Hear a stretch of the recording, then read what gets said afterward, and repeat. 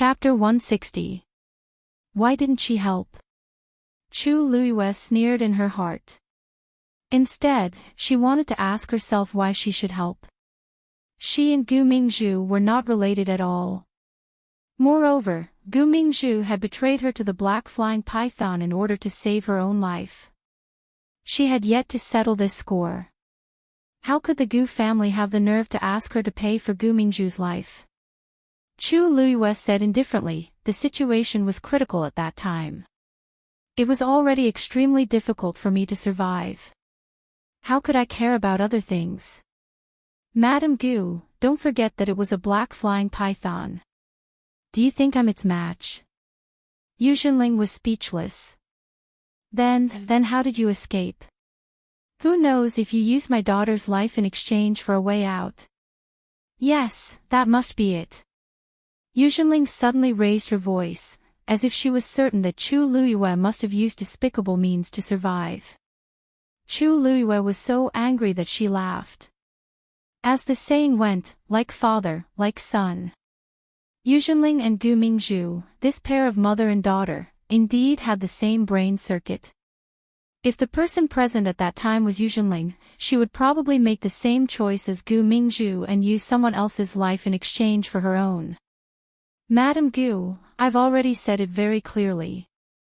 I was lucky to be able to come back alive. But if you don't want to believe me, then what else can I say? You only believe in your own imagination.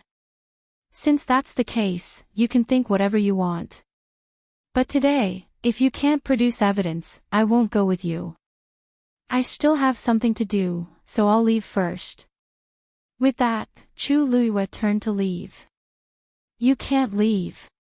Yu Zhenling took a few steps forward and was about to grab Chu Luiyue's sleeve, but she gently swayed and dodged. Chu Luiyue's patience was completely exhausted. Madam Gu, I don't have that much patience. Her tone was very calm, but a cold light seemed to flash in her obsidian-like eyes. For some reason, Madam Gu suddenly felt a little timid and did not dare to reach out to grab Chu Luiyue. Chu Luiyue turned around and walked towards the academy. Bai Chen walked in front of Yu Zhenling and sighed, persuading her, Madam Gu, I know that Mingzhu's incident is a huge blow to you.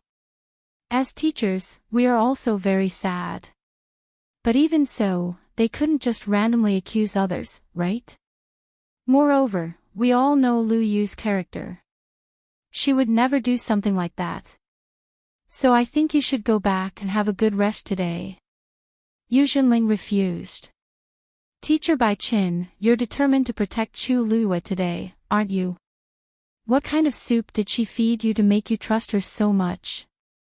Think about it, in that kind of situation, if she didn't use some kind of method, how could she have escaped? Bai Chen's expression also turned cold. Madam Gu, are you saying that all the teachers and elders of Tianlu Academy are covering for Chu Luiyue?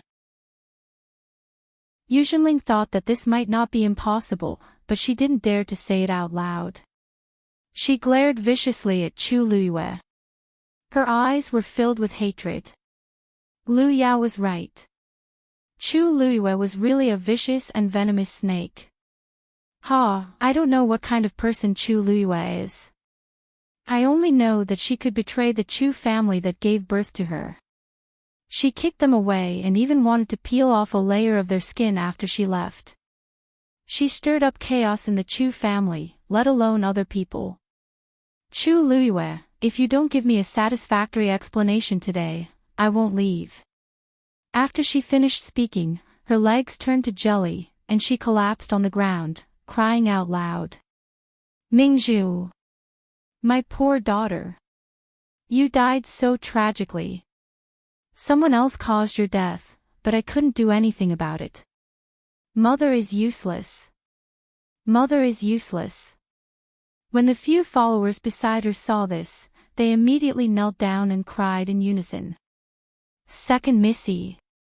You've been harmed by that evil person. The corners of Chu Luiyue's eyes twitched. Was she planning to cry at Tianlu Academy's entrance? She frowned and looked back. She only felt that it was ridiculous. No matter what, Yu Jinling was the matriarch of the Gu family. She had a noble status. How could she do such a thing? No matter how sorrowful and angry she was, her actions were equivalent to throwing the Gu family's face. Why didn't she consider it at all? When Yu Jinling saw Chu Liuyue's reaction, she thought that she was afraid and cried even harder. Her shrill and mournful voice could be heard from afar. Very quickly, many people gathered outside the entrance to watch the commotion. Some people started pointing at Chu Liyue as if they were gossiping. Bai Qin had never seen such a scene before. He was momentarily stunned. After regaining his senses, he was furious. If they cried like this, where would Chu Liyue and Tianlu Academy be?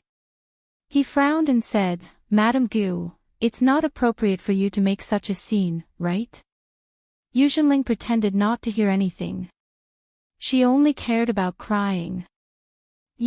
Bai Qin had a bad temper. He immediately panicked. Chu Liyue hurriedly pulled him back. "Teacher Bai Qin, don't do anything. With so many people watching, whoever made the first move would be in the wrong." Bai Qin was extremely frustrated. "Are we just going to let them make a scene here? What about your reputation?"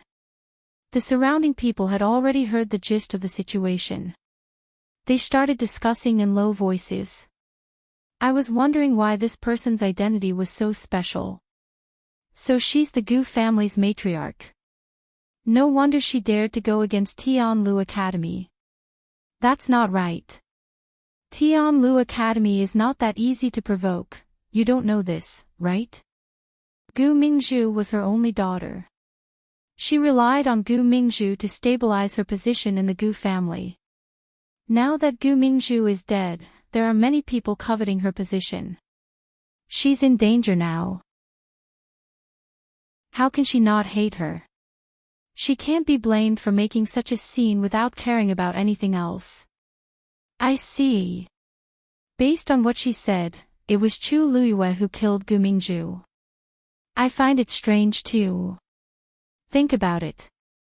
It was such a dangerous situation, but why did Chu Liyue survive?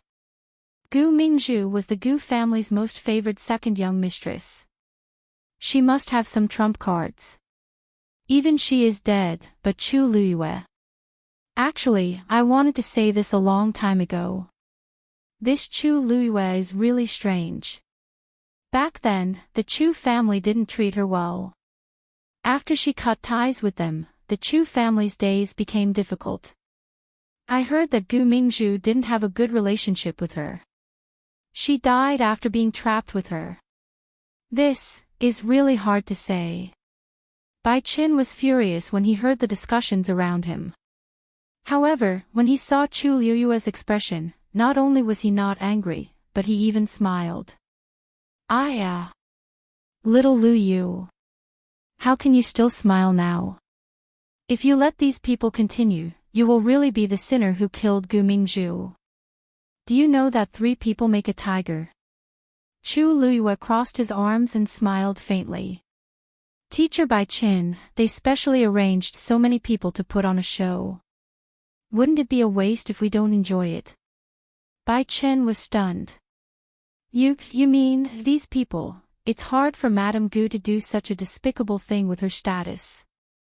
Chu Liyue said softly and walked in front of Yu Jinling. Madame Gu, tell me, who taught you these things? Yu Jinling's crying stopped abruptly. Mobile users, please browse and read. A better reading experience comes from the Love Network. Chapter 161. She guiltily avoided Chu Liyue's gaze and deliberately raised her voice. What are you talking about? No one taught me anything. I'm the one who wants to seek justice from you. If you don't give me an explanation today, I won't leave. Chu Liyue softly said, Oh. Madame Gu, it's fine if you don't say anything, but you have to think carefully. Is it worth it to sacrifice your status as the Gu family's matriarch just for a moment of pleasure? Yu Jinling really couldn't cry now. What are you trying to say? What do you mean by it's not worth it? Chu Luiyue sighed. She really didn't know how Yu Zhenling had protected her status all these years. She was so extreme and easily instigated by others. She even helped others count the money after being betrayed. It was really useless to persuade her. She calmly said, "You insist that I caused Gu Mingzhu's death, but you can't produce any evidence. If this matter spreads, it won't do me any good. It's the same for you, Madame Gu. After all, to be more precise, you're slandering me." "Who's slandering you?" "You've done something wrong, but you don't dare to admit it." Yu Zhenling was certain that Chu Luiyue had something to do with Gu Mingzhu's death. She wouldn't listen to anything now. She sneered. "Chu Luiyue, do you think you're very proud now? Yes, you got into Tianlu Academy and became a so-called genius. Normal people really don't dare to provoke you. Even the Chu family is being toyed with by you. It's falling apart because of you. However, who knows how you obtained all of this? You were clearly a cripple with a blocked yuan meridian a few years ago. Now, under this so-called genius title, who knows what secrets are hidden? If you're really honest, do you dare to say it clearly in front of so many people?" These words came out like a string of cannonballs, which immediately silenced the surrounding people. Countless pairs of eyes looked at Chu Luiyue with curiosity and excitement. Obviously, they also wanted to know the answer. After hearing this, Chu Luiyue relaxed her brows. As expected, it was still related to the Chu family. There were only a few people who hated her to the core. She didn't need to ask to guess. However, in order to deal with her, he had gone through so much trouble and even encouraged Yu Zhenling to bring the Gu family to cause trouble. He was really brainless as usual. She whispered, "Mrs. Gu, you're standing up for someone. Don't be unaware that you're being used in the end." Yu Zhenling sneered. "What? Can't say it. Let me tell you, even if this matter is brought up to His Majesty, I will not let you off easily. Only your death can make up for my daughter's life." From the looks of it, he was determined to fight to the death with Chu Luiyue. "Madame Gu, aren't you going overboard by asking for the life of a Tianlu Academy student?" An old and deep voice rang out, immediately suppressing the cries of Yu Zhenling and the others. Chu Luiyue looked at the person in surprise. "Elder son. Why are you here?" Elder son looked at her and tried his best to maintain a calm expression. However, he couldn't help but look happy. "I heard that you were back, so I wanted to come and take a look. I didn't expect to hear cries from afar." "So, someone is making things difficult for you." Chu Luiyue coughed in embarrassment. "Sorry to disturb you." "It's not really a disturbance. Even if it is, it's someone else. It's not your fault." As elder son spoke, he looked at Yu Zhenling and saw her sitting on the ground without a care for her image. His face darkened. "Madame Gu, what are you doing?" Yu Zhenling was shocked. She didn't expect elder son to appear. Although she was furious, she knew that elder son was one of the top people in Tianlu Academy. She didn't dare to be impudent in front of him. Thus, she hurriedly stood up and said, "Elder son, you came at the right time. Mingzhu is also a student of the academy, but she died tragically outside. Even her corpse." As she spoke, tears flowed down her face again. "All of this is Chu Luiyue's fault. She caused Mingzhu's death. Such a vicious person doesn't have the right to stay in Tianlu Academy." Elder son's frown deepened. "Liu caused Mingzhu's death. Where did you hear this from? Why don't I know about it?" "Elder son. Do you know that the two of them were trapped on a mountain? Mingzhu is dead, but Chu Luiyue is still alive. Don't you think it strange?" Elder son looked at her with a heavy gaze and interrupted her mercilessly. Of course, I know about this because I was at the foot of the mountain. I saw it clearly. Yu Zhenling was stunned and immediately rejoiced. That's great. So, you saw everything that happened at that time. Chu Luyue caused Mingzhu's death, right? Chu Luyue, don't you want evidence? Elder Sun is here. His words are the evidence. As one of the great elders of Tianlu Academy, Sun Zhongyan's status was extraordinary. Normally, he would not side with anyone. No one would doubt the truth of what he said. Chu Luyue was also surprised. Elder Sun, you were there at the time. Elder Sun nodded. Only the two of you were trapped, so I let the others leave first. I went alone to save the two of you. However, when I reached the foot of the mountain, I realized that it was occupied by countless fiend beasts. There was no way to enter, let alone anything else. Chu Luyue understood, and her heart warmed. I see. She did not expect this to happen. Elder Sun could be considered to have done everything he could for them. You don't have to blame yourself. The situation was critical. If you had barged in, you would have been in trouble. Elder Sun sighed. I saw the two of you being swallowed by the black whirlpool with my own eyes. That's why I thought you were. I didn't expect you to return safely. He was actually very curious. He did not know how Chu Luyue had escaped, but now was not the time to ask. He stepped forward and looked at Yu Zhenling.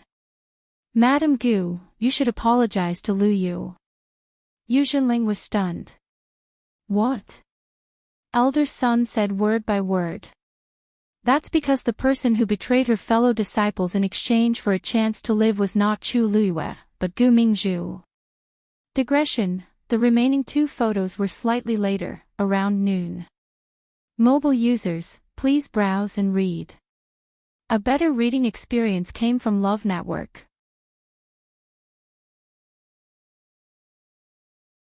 Chapter 162.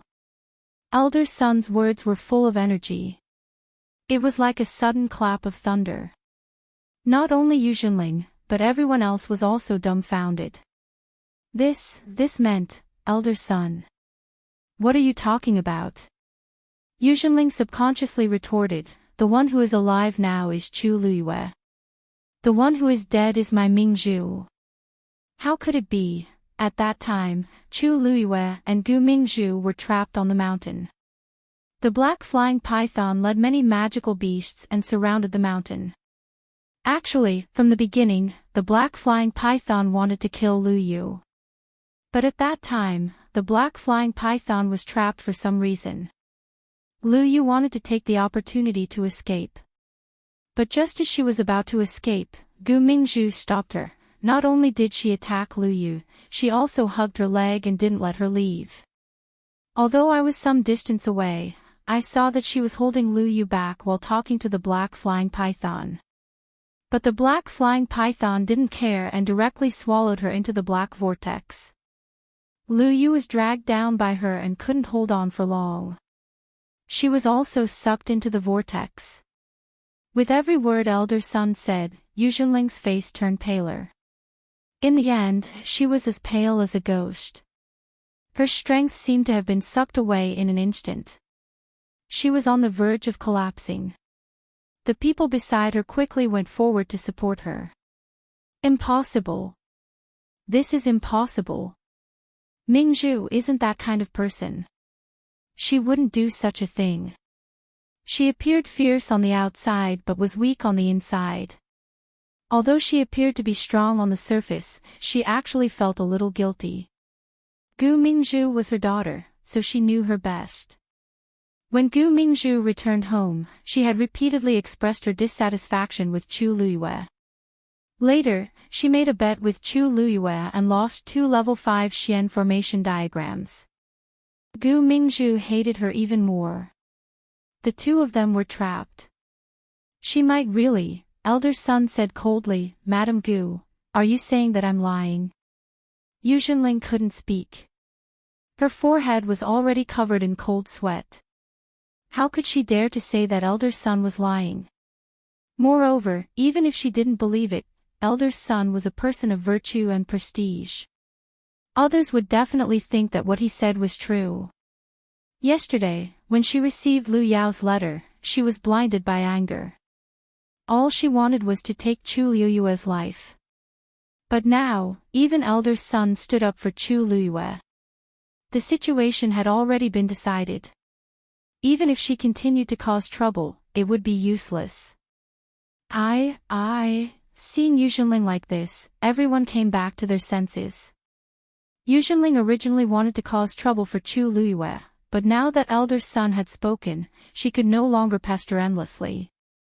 Seeing that the situation was not right, a few people in the crowd quietly turned around and left.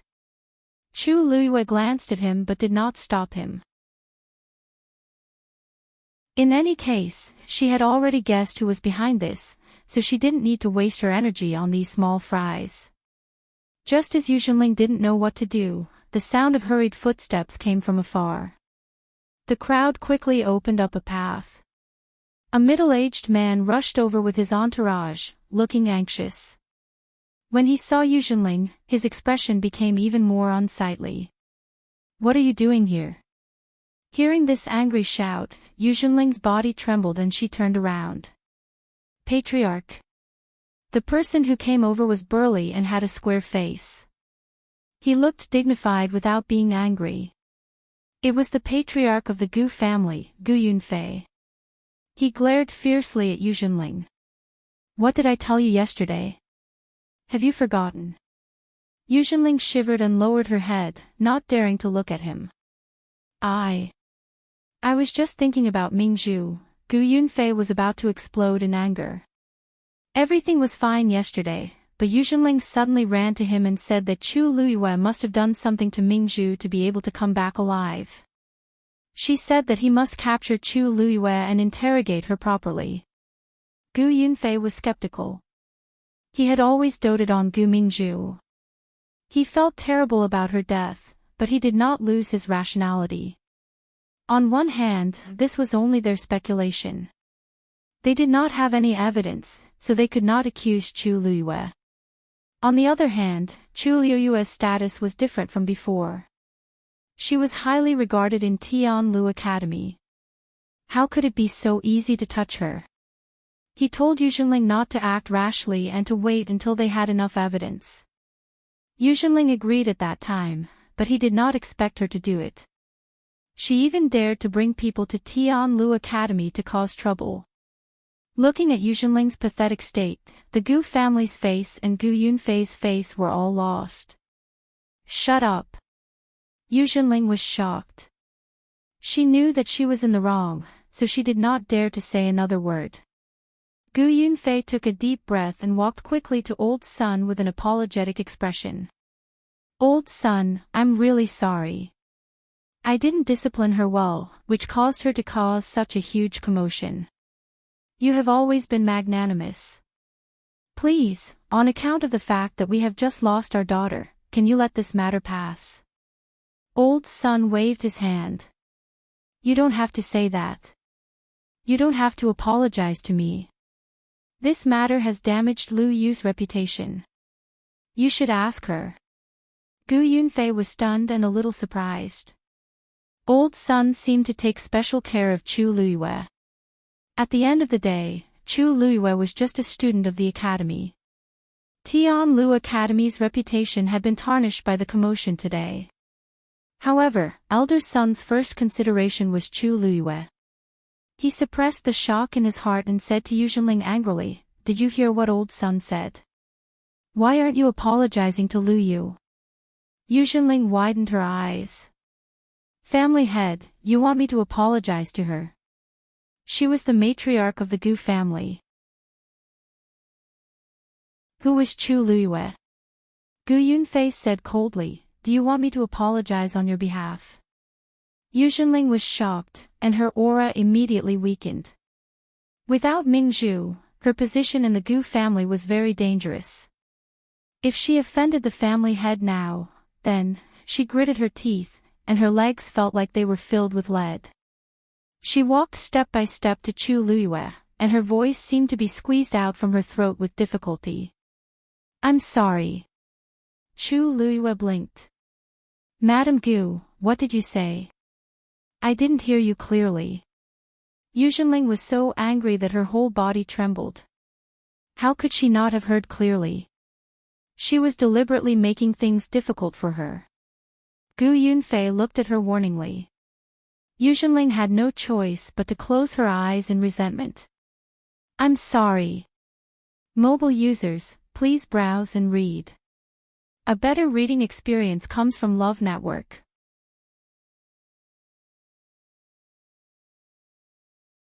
Chapter 163. Chu Luiyue looked at her sympathetically. "I wouldn't dare. Madame Gu is of noble status. I can't accept your apology. However, Madame Gu, you seem to be crying too hard just now. Listen, your voice is hoarse now." Yuzhenling was so angry that she almost couldn't breathe. Wasn't she mocking her on purpose? That's enough." Gu Yunfei shouted angrily and looked at his subordinates behind him. "Hurry up and send Madame Gu back. Take care of her." "Yes." They hurried forward and half supported and half forced Yuzhenling away. With Gu Yunfei here, Yuzhenling didn't dare to make a fuss no matter how angry she was. She could only leave with them. Gu Yunfei finally heaved a sigh of relief when they were completely out of sight. "Elder son, Lu Yu, this, Master Gu," elder son already said it very clearly. "Gu Mingzhu failed to harm me and lost her life in the end. In fact, it wasn't just this time. It was the same before. She wanted to steal the cub of the golden mane bear but failed and was hunted down instead. Later, she purposely dragged our team down with her, causing us to be threatened by the golden mane bear. If it weren't for our good luck, even Mu Hongyu and the rest wouldn't have been able to escape death, much less me." Chu Liuyue's expression was calm, but what she said shocked everyone once again. "I'm of ordinary status. It doesn't matter if I die or get hurt. However, Mu Hongyu is Princess Yongping. If something happens to her because of this, Master Gu, I'm afraid you'll be in trouble." Gu Yunfei's remaining words were stuck in his throat. He didn't know if Chu Luiyue was telling the truth, but elder son was on her side. Even if it was fake, it was true. "I originally thought that since Gu Mingzhu is no longer here, we don't need to pursue this matter. After all, the dead are more important. However, I didn't expect that after I gave in again and again, all I got in return was groundless accusations and slander. Master Gu, although I'm not a great person, I won't admit to things I haven't done. If others want to slander me, I definitely won't sit back and do nothing. Fortunately, elder son was here today. Otherwise, I wouldn't be able to clear my name even if I jumped into the Yellow River. What do you think?" Gu Yunfei felt a chill run down his back. "Then what do you want?" Chu Luiyue paused and smiled. "Mrs. Gu has already apologized to me in front of everyone. Of course, I won't hold it against her. Let's just forget about this matter."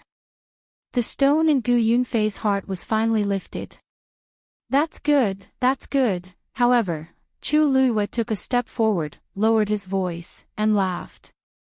"Gu family head, Madame Gue has lost her beloved daughter. Now that she's grieving, it's easy for her to be incited by others. Perhaps someone might take advantage of her.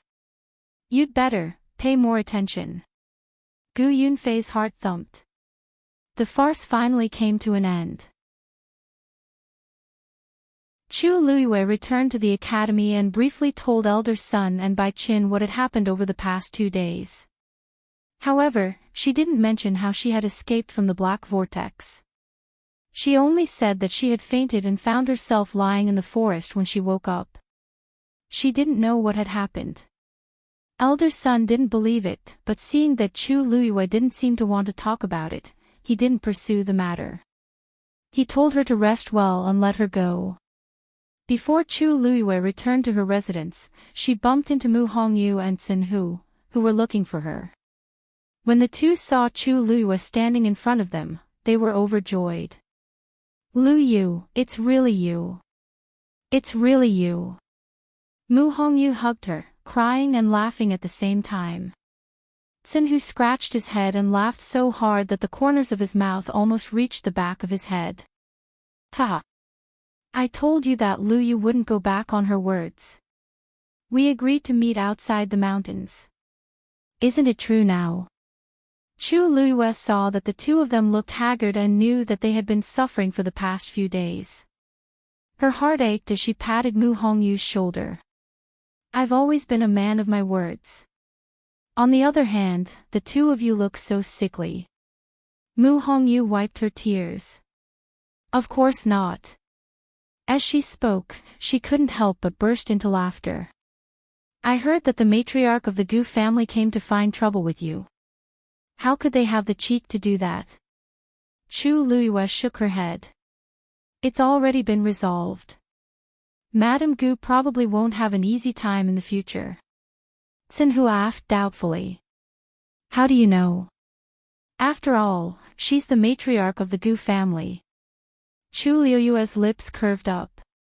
"It's precisely because she's the matriarch that this matter is so serious." The Chu residence. After hearing the news from the servants, Lu Yao was in a daze for a long time. She sat in her chair in a daze and muttered in disbelief. How could this be? Could it be that this still couldn't bring her down? Not only did it not bring her down, but it even cleared Chu Luiyue's name. With elder son's words, there would no longer be such a rumor in the entire Imperial city. Chu Luiyue had cleared her name without any effort. What exactly did she rely on to avoid danger time and time again? "It's all because of you." Now, everyone knows that elder son is also Chu Luiyue's backer. Chu Yan was seriously injured and couldn't get out of bed. Her temper had become even more irritable, and she would scold her frequently. Lu Yao was vexed. "I didn't know that things would turn out this way. It's all because you're brainless." Just as the two of them were quarreling, hurried footsteps suddenly came from outside. Lu Yao took a look and saw a group of people rushing into the courtyard. They looked unfriendly. "What are you doing? Is this a place where you can come in as you please? All of you, get out." The person at the front sneered and said sarcastically, "Third madam, we're here on First Elder's orders to invite you to the main hall." Lu Yao's heart skipped a beat. "Why is First Elder looking for me? Ha, don't you know what you've done? Now, the Gu family is also waiting for you." "Please," Lu Yao's heart sank when she heard the words Gu family. Mobile users, please browse for a better reading experience from Love Network.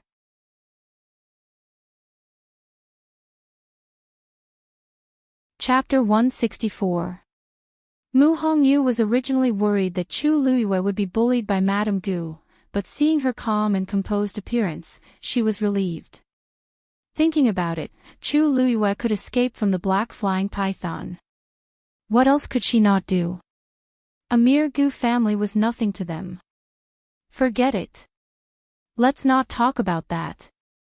Now that you're back, we have to properly celebrate. Mu Hongyu's almond-shaped eyes sparkled as she spoke. "Lu Yu, you said you would take us to Phoenix Restaurant last time. I haven't been there in a long time." Chu Luiyue lightly knocked her head. "When your body recovers, you can go there every day. For now, you'd better stay here obediently." Mu Hongyu's smile immediately disappeared. She raised two fingers. "I swear, I definitely won't drink. Is that okay? We'll only go eat." Chu Luiyue raised her brows. "Really?" Mu Hongyu hurriedly nodded. "Really, really. Lu Yu, just promise me. I beg you." Chu Luiyue pretended to hesitate for a while before finally nodding. "Okay. They had probably been heartbroken because of her for the past few days. It was time for them to relax. Then let's go tonight. Xinhu, call Liao Zhongshu and Gu Mingfeng as well. Xinhu scratched his head, a little troubled. This. Liao Zhongshu's body hasn't recovered yet. He's been bedridden. I'm afraid he can't go. Chu Luiyue was a little surprised. Liao Zhongshu's injuries are that serious. I remember that it was mainly some flesh wounds at that time. After a few days, he should have recovered a little. Why can't he even get out of bed? Speaking of this, Mu Hongyu and Xinhu's expressions were a little unsightly. That's right. The academy's teachers have already taken a look at him and given him medicine. But for some reason, his injuries keep coming back and haven't improved. Xinhu continued. There's also Gu Mingfeng. He hasn't returned to the academy these past 2 days.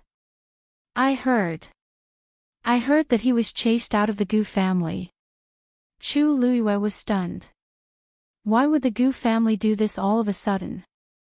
Mu Hongyu pursed her lips. Isn't it because of Gu Mingzhu? Gu Mingfeng has always been disliked in the Gu family. Now that Gu Mingzhu is dead, the Gu family is pushing all the blame onto him. Xinhu clenched his fists. Anyway, he rarely went back. It's no longer considered his home. It's good that he's gone. Chu Luiyue shook his head. That's not the case. It was one thing for Gu Mingfeng to not be valued, but it was another thing for him to be kicked out. In the past, he was everyone. He was in the Gu family, in the past, the families. Chu Luiyue thought for a moment and said, that's right. I'm afraid we won't be able to eat today's meal. Xinhu, go look for Gu Mingfeng. If you have any news, inform us immediately. Hongyu and I will visit Liao Zhongshu first. Upon hearing Chu Luiyue's words, the duo agreed. After all, they had gone through life and death together. They couldn't ignore him. Mu Hongyu stopped joking. I know where Liao Zhongshu lives. Come with me. The moment Chu Luiyue followed Mu Hongyu to the warrior student's residence, they attracted a lot of attention. The news of Chu Luiyue's safe return had already spread throughout the academy the day before. Many people were curious when they heard that she was coming back today. Seeing that Chu Luiyue had actually come to the warrior's residence, it naturally caused quite a commotion. Chu Luiyue ignored it and followed Mu Hongyu to a small building. Mu Hongyu walked to the door and knocked. Ji Yurong, are you there? The door was quickly opened. It was a tall and thin youth. He recognized Mu Hongyu at a glance and smiled warmly. Mu Hongyu, are you here to take a look at Zhongshu? Mu Hongyu nodded. Yes. Lu Yu and I are here to visit him. The youth was stunned when he heard Chu Luiyue's name. Only then did he see that there was another person behind her. A strange expression flashed across his face, but it was fleeting. So you came together. Come in. Zhongshu just woke up. You can go up and visit him. Chu Luiyue narrowed her eyes. Mu Hongyu didn't sense anything wrong. She pulled Chu Luiyue to the second floor. We'll go up first. Sorry to trouble you these few days. Ji Yurong smiled. We're all classmates. It's my duty. You guys chat. I have something to do, so I'll go out first. After saying that, he simply packed up his things, closed the door, and left. Chu Luiyue looked back at him. She didn't know if it was an illusion, but she felt that Ji Yurong's footsteps seemed to be fleeing. As she went up the stairs, she asked, that Ji Yurong also lives here? That's right. He's been living here with Zhongshu. This is the martial artist area. Everyone lives together. It's not like you mystics who have good conditions and can each have your own courtyard. Zhongshu often talks about him, but he's a bit introverted and rarely interacts with us. Mu Hongyu said as she walked. However, he's really a good person. He's been taking care of Zhongshu for the past few days. Chu Luyue nodded and didn't ask any more questions. As they spoke, the two reached the bedroom on the second floor. As soon as they entered, Chu Luyue saw Liao Zhongshu lying on the bed and couldn't help but be shocked. In just a few days, Liao Zhongshu had lost a lot of weight. His cheeks were deeply sunken and his eyes were dim. He looked very haggard. Seeing Chu Luyue and Ji Yurong enter, Liao Zhongshu revealed a pale smile and raised his hand with difficulty. "You're here. Sit down." Mu Hongyu furrowed her brows. "Why do you look worse than 2 days ago? Did you not take your medicine properly?" Liao Zhongshu shook his head, his voice weak. "It's fine if my body doesn't live up to expectations. But Lu Yu, it's great that you're back." Even though he was sick, he had heard about Chu Liyue's matters. Thus, he was very happy to see her standing here in one piece. Chu Liyue stepped forward and put her hand on his wrist. "What did the teacher say about your body?" Liao Zhongshu's lips moved, and he coughed. Cough, cough. "It's nothing. It's not a big problem. It's just that my body is too weak, and I can't absorb the medicine properly. That's why I haven't gotten better. The teacher said to take the medicine for 2 days and see." Cough. Chu Luyue frowned slightly. Mu Hongyu asked curiously. "Lu Yu, did you see anything?" Chu Luyue suddenly pulled the blanket off him. "Hey, Lu Yu!" Mu Hongyu jumped in fright and tried to stop her. Unfortunately, Chu Luyue was too fast and couldn't stop her. Liao Zhongshu didn't expect Chu Luyue to do this either. He was instantly embarrassed and tried to pull the blanket up. However, Chu Luyue didn't care about their expressions. Her eyes were fixed on his left leg. A piece of flesh had been bitten off his left leg, and it was swollen beyond recognition. It was twice as thick as his other leg, and it almost tore his pants apart. Mu Hongyu exclaimed. What's going on?" Liao Zhongshu's face turned pale. "It's been like this since the day I came back. The teachers don't know why." Chu Luyue pondered for a moment. "You've been poisoned. You've been poisoned."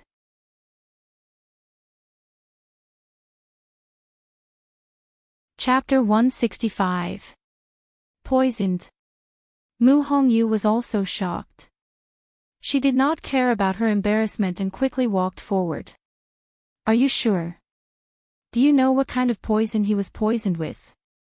Chu Luyue covered Liao Zhongshu with the blanket once more. Instead of answering Mu Hongyu's question, he turned to Liao Zhongshu and asked, "Have your legs been itching for the past 2 days?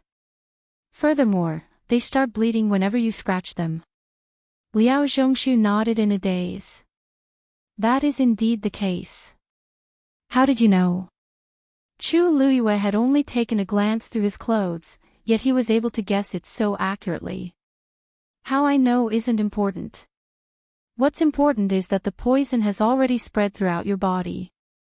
In less than 3 days, it will reach your lungs.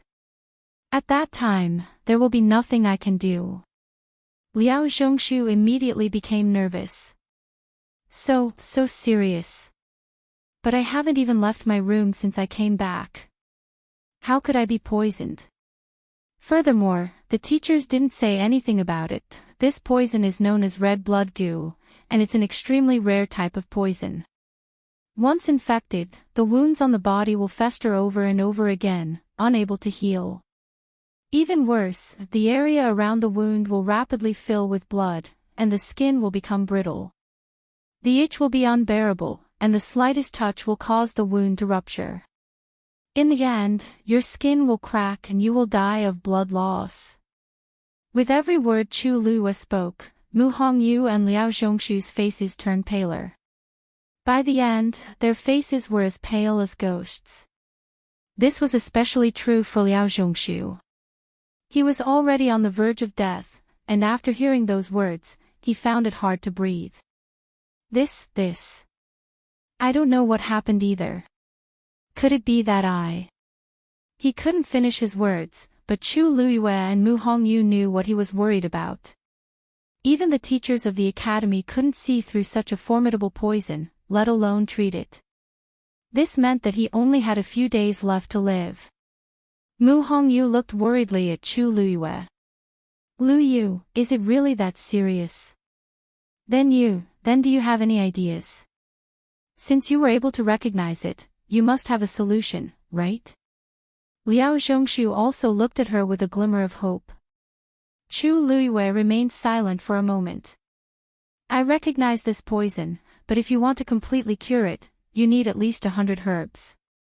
Most of them are extremely precious.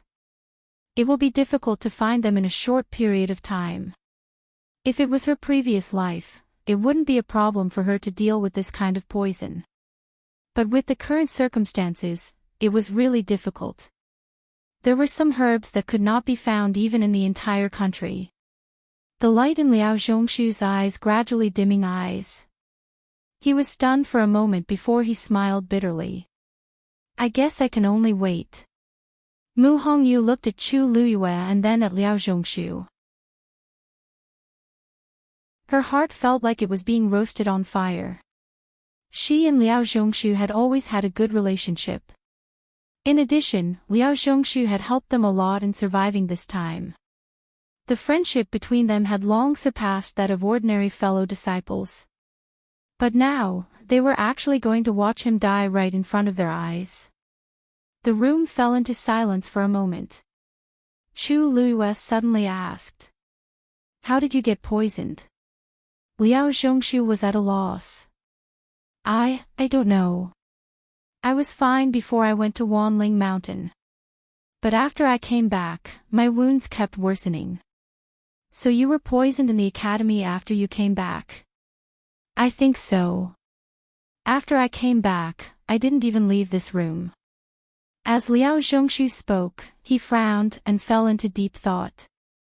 But I don't know what went wrong either. Ever since I came back to recuperate, I've been taking medicine and resting according to the teacher's instructions. I haven't touched anything else. Chu Luiyue crossed her arms and suddenly asked, How does Ji Yurong treat you? Him. He treats me very well. He has been taking care of me for the past few days. Do you suspect that he poisoned me? Liao Zhongshu finally understood what Chu Luiyue meant, but he subconsciously denied it. That's impossible. We've been living here since the day we were admitted to the academy. We get along well. Although we're not as close as biological brothers, we have a good relationship. He has no reason to harm me. Mu Hongyu could not help but interrupt. That's right. Lu Yu, I know that Ji Yurong. He's a good person. I don't think he would do such a sinister thing.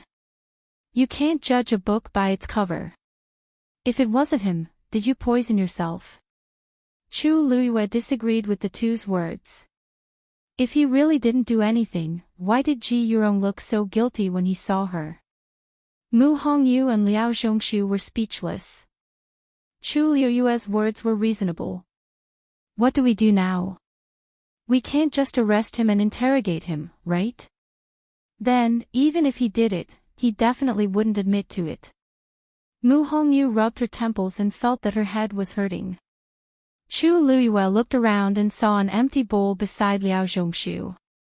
She could faintly smell a faint medicinal fragrance. Is this the bowl you drink your medicine from? It's so clean. Liao Zhongshu nodded. Every time I drink my medicine, Yurong would immediately wash the bowl. He said that the smell was too strong and he was worried that it would affect my rest. So, he would wait until I finished drinking it and wash it before bringing it back. Liao Zhongshu's voice gradually trailed off. He looked at the bowl with a strange expression. Could it really be him? At first, he thought that Ji Yurong was taking care of him and was very grateful. But now that he thought about it, it was indeed strange. He was a patient. So what if he smelled the medicine? Even he did not care. Why did Ji Yurong care so much about it? He tried to persuade Ji Yurong not to go through so much trouble, but Ji Yurong always said that it was a small matter. Mu Hongyu suddenly jumped up and ran to the bowl to examine it carefully.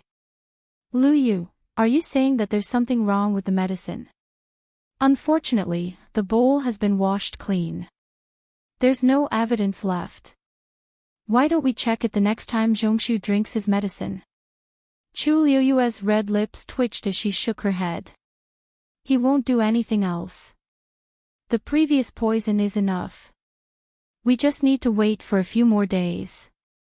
Moreover, Ji Yurong should have sensed her vigilance and would not give her any chance to investigate. Mu Hongyu was dejected. Then what should we do? Liao Zhongshu forced a smile. Hongyu, don't think about it. Even if we find something now, it's probably too late. My body. Chu Luiyue shook her head in disagreement and smiled faintly. The more it's like this, the more we have to investigate. We can only hope to get the antidote if we find the person who poisoned you. Rest well first. Hongyu and I will go and investigate. After telling Liao Zhongshu to rest well, Chu Luiyue and Mu Hongyu left together. After they walked out of the door, Mu Hongyu looked back and worriedly asked, "What's wrong?" Lu Yu, how are we going to investigate now? Without the antidote, Zhongshu won't last more than a few days. Will we be able to make it in time? Chu Luiyue looked up in a certain direction. So the most important thing for us now is to stop the poison from spreading in his body.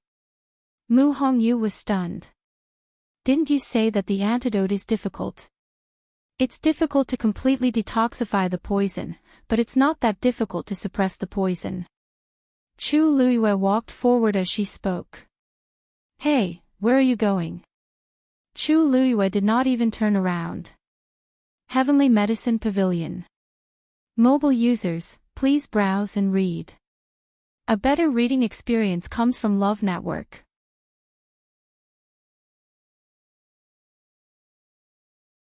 Chapter 166. Mu Hongyu was shocked and hurriedly followed him. Heaven Medicine Pavilion. Isn't that where the Academy stores all kinds of herbs? Are you going there now, to get the herbs? Chu Luiyue nodded. As the top academy in country Yaoqin, Tianlu Academy should have a lot of good stuff stored there. Let's go take a look first. I'll go by myself. Go and check if Ji Yurong has been acting strangely recently or if he's been in contact with anyone. He's from an ordinary family, so he must have gotten the poison from someone else. Mu Hongyu was a little hesitant. It's not a problem for me to check, but Heaven Medicine Pavilion. That place is the Celestial Physician's territory. I'm afraid it won't be easy for you to get the herbs there. Mu Hongyu's words were very tactful. In fact, for so many years, other than the Celestial Physician's people, it was difficult for others to even enter Heaven Medicine Pavilion. It was not that they did not allow people to enter, but the rules were too strict. The academy required that every student who wanted to get herbs from Heaven Medicine Pavilion had to make a declaration.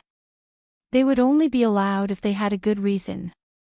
If it was the Celestial Physicians group, they could easily get what they wanted as long as they said that they wanted to refine medicine. However, it was not so simple for Warriors and Celestial Physicians group. Chu Luiyue raised his brows. Then, are Warriors and Xian Masters not qualified to go? That's not it. Actually, we only go there once in a while when we're injured. Mu Hongyu wrinkled her nose and was a little indignant. You don't know, but the Celestial Physicians group is very arrogant. They're very hard to please. Chu Luiyue laughed. Celestial Physicians' requirements for talent were very high. Normal Celestial Physician did have this problem. Although I didn't cultivate there, I passed the Celestial Physician's exam. They won't make things difficult for me, right? Mu Hongyu pursed her lips. That might not be the case. Chu Luiyue patted her arm. Don't worry. The two of them split up. Chu Luiyue walked all the way to the back of the mountain. The Heaven Medicine Pavilion was built on the steepest mountain in Tianlu Academy. Most people would not come here for no reason. Therefore, the further up the mountain they went, the more deserted their surroundings became. After about the time it took to brew a cup of tea, Chu Luiyue finally saw the plaque that read, Heaven's Medicine Pavilion. The Heavenly Medicine Pavilion had a total of 5 floors. From the surface, it looked no different from an ordinary building. However, when Chu Luiyue approached it, he felt a formless fluctuation. Outside Heaven's Medicine Pavilion, an extremely powerful barrier had been set up. Outside the bronze gate stood 2 youths who seemed to be guarding it. Seeing Chu Luiyue, one of the youths asked coldly. Who are you? What is it? Chu Luiyue said, Student Chu Luiyue is here to collect the medicine. When they heard the name, Chu Luiyue, a look of astonishment flashed across their faces at the same time. This name reverberated like thunder in their ears. Some time ago, she passed all 3 examinations and was admitted to the academy. She was also a genius who took first place in the Warrior Division and second place in the Xian Master Division on the same day. Even though they did not care much about the Warrior Division and Xian Master Division, they had heard this name more than once. They did not expect that she would actually come here. You are Chu Luiyue. The youth who asked the question carefully sized up Chu Luiyue. Chu Luiyue nodded. You have to declare if you want to collect medicine from Heaven's Medicine Pavilion. Fill in the form first. As he spoke, the other youth waved his sleeve, and an item flew toward Chu Luiyue. Chu Luiyue raised his hand to catch the item and raised his eyebrows slightly. It was actually a wooden board and a writing brush. The wooden board was charred black and was only the size of a palm. It was also very rough to the touch.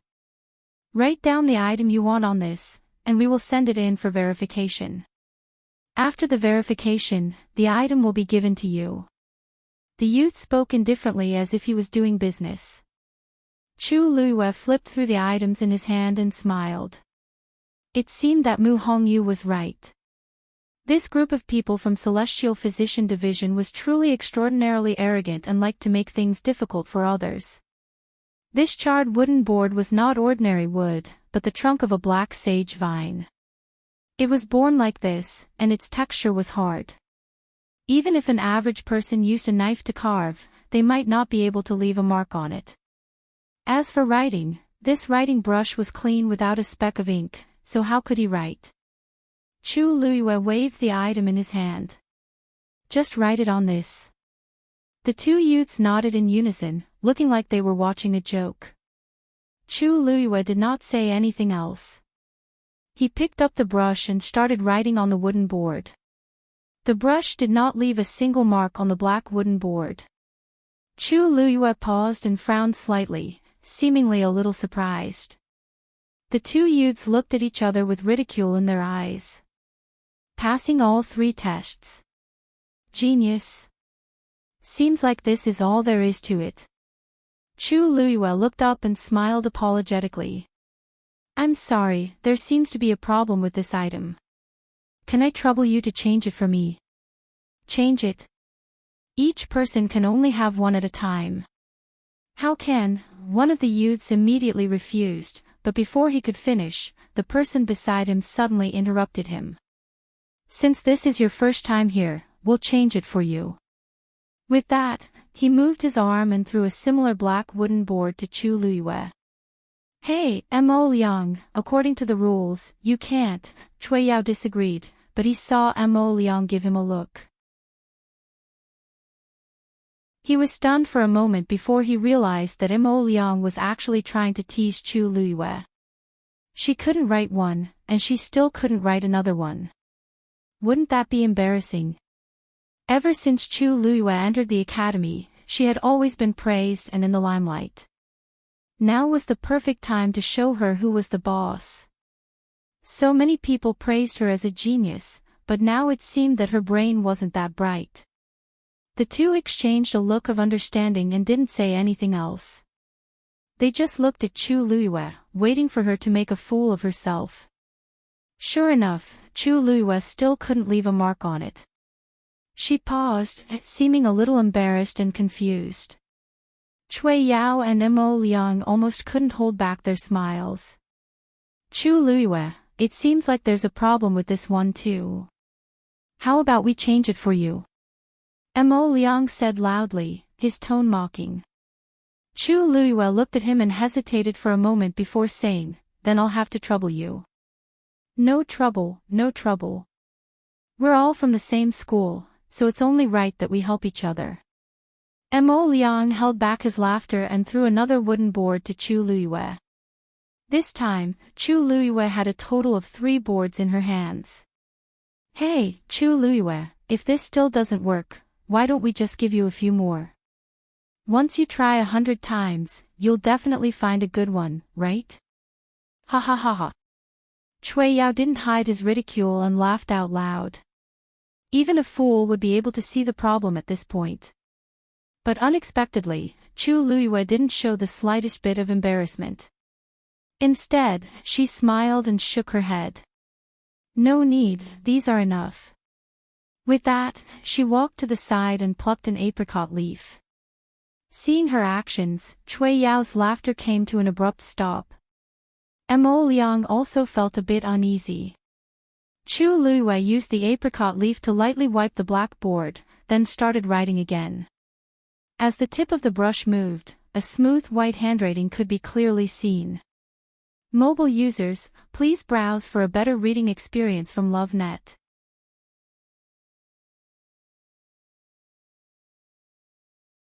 Chapter 167. Black sage vine and bitter apricot leaf were natural enemies. After wiping with bitter apricot leaf, a thin layer of coating would be left. Although the brush didn't have ink, it was made of snow wolf fur and could easily leave a mark on it. This method was simple, but those who didn't understand it would be stumped. The Cui and Yao duo wanted to use this to make things difficult for Chu Luiyue and embarrass her once. When Chu Luiyue said that the item was broken and asked to change it, the two were secretly pleased with themselves, thinking that they had succeeded in pranking her. But now, looking at the words on the blackboard, they couldn't laugh anymore. The smile on Cui Yao's face didn't fade, but his eyes were full of shock. He looked very stiff and strange. Mo Liang wasn't any better. He realized almost immediately, Chu Luiyue did it on purpose. She clearly knew what to do, but pretended not to know. They thought that they had tricked her, but in fact, they were under her control. When the two of them were laughing at her, she was probably very pleased with herself. Chu Luiyue wrote a line, then looked up at the two with a slight smile. So this thing isn't broken. Look, it's written quite smoothly. Cui Yao's expression was so ugly that it looked like he had swallowed a fly. Mo Liang pointed at Chu Luiyue, suppressing his anger. You already knew how to write this. You tricked us. Chu Luiyue blinked. That's right. She said it so casually that the two men didn't know what to say for a moment. This Chu Luiyue was too arrogant. You! How dare you! Chu Luiyue, do you know where you are? How dare you deceive us in public? Mo Liang cursed angrily. Chu Luiyue smiled faintly. Weren't you two the ones who made things difficult for me first? I just came to take some herbs and you tried to stop me. I'm just giving you a taste of your own medicine. Is that too much? Chu Luiyue's words silenced the two. Yes. It was true that they were the first to make things difficult for her, but this was the usual practice. Other than the celestial physician, everyone who came here was always like this. Chu Luiyue was no exception. It was just that, he didn't expect that he would kick an iron plate. Not only did he fail to trick Chu Luiyue, but he also became a joke. Chu Luiyue lowered his head and continued writing. Senior brothers, please wait for a moment. I still have a lot of things to write. When Cui Yao and Cui Yao heard this, they immediately looked over, only to see Chu Liuyue's pen moving like a dragon. His movements were smooth, as if he didn't need to think at all. In a short period of time, the black wooden board was already half filled. However, Chu Liyue had no intention of stopping. Only then did the two of them realize that things seemed to have spiraled out of control. Chu Liyue had clearly come prepared. Most importantly, she had 3 black wooden boards in her hands. Mo Liang swallowed his saliva with difficulty. Chu Liyue, each person can only fill in 1 piece of paper at a time.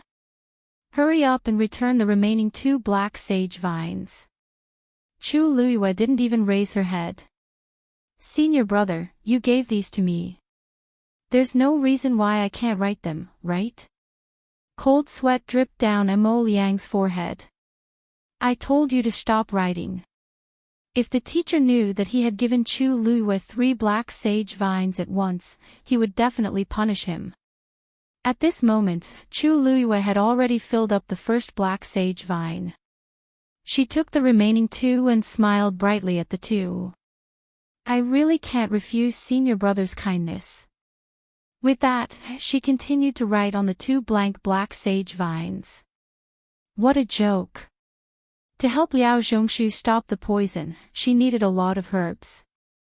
Moreover, these 2 people were deliberately asking for trouble. Wouldn't it be inappropriate if she didn't repay them properly?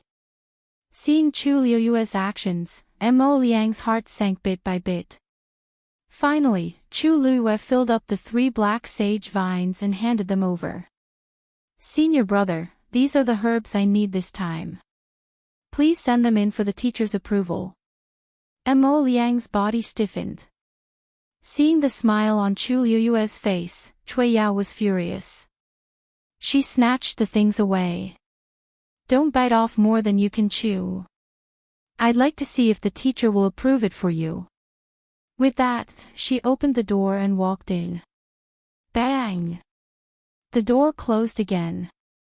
Chu Liyue shrugged, took a few steps back, and waited patiently. Mo Liang was jolted awake by the sound of the door closing and returned to his senses. Yes, Cui Yao was right. Chu Liyue's writing wasn't the most important thing. As long as the teacher didn't approve it, it would be useless for her to write. She wasn't from the Celestial Physicians team and this was her first time here. If she only wanted 1 or 2 ordinary herbs, the teacher might give them to her. However, she had asked for too much from the start. This request would definitely not be approved. With that thought, he finally heaved a sigh of relief. The waiting time was always unbearable. Mo Liang glanced at the door from time to time, but Cui Yao didn't come out. His mood became more and more restless. That's not right. The teacher would definitely reject the request. Cui Yao should have come out by now after being in there for so long. Why hasn't she come out yet? He looked back at Chu Liyue, only to see her standing there with her hands behind her back. She looked relaxed, as if she wasn't worried about her request at all. This made him even more annoyed and he frowned. After another 15 minutes, the door opened again and Cui Yao came out. Apart from the black sage vine that had already been erased, he didn't have any other herbs in his hand. He didn't pass. Mo Liang was delighted and quickly went up to him. What took you so long? Is the teacher busy? Is that why he rejected me so late? Cui Yao's expression was a little strange. She handed the black sage vine to Mo Liang and walked to her seat on the other side without saying anything. Mo Liang felt something was wrong. What's wrong? Cui Yao looked at Chu Liyue with a complicated expression and said with difficulty. Her list has passed. How is that possible? Mo Liang jumped to his feet in disbelief. Cui Yao rubbed her face. Teachers Wu Rong said that there were too many things and some of them were placed in remote locations. He said that it would take some time to prepare them. Later, he will personally come out with the things. Love Network has a better reading experience.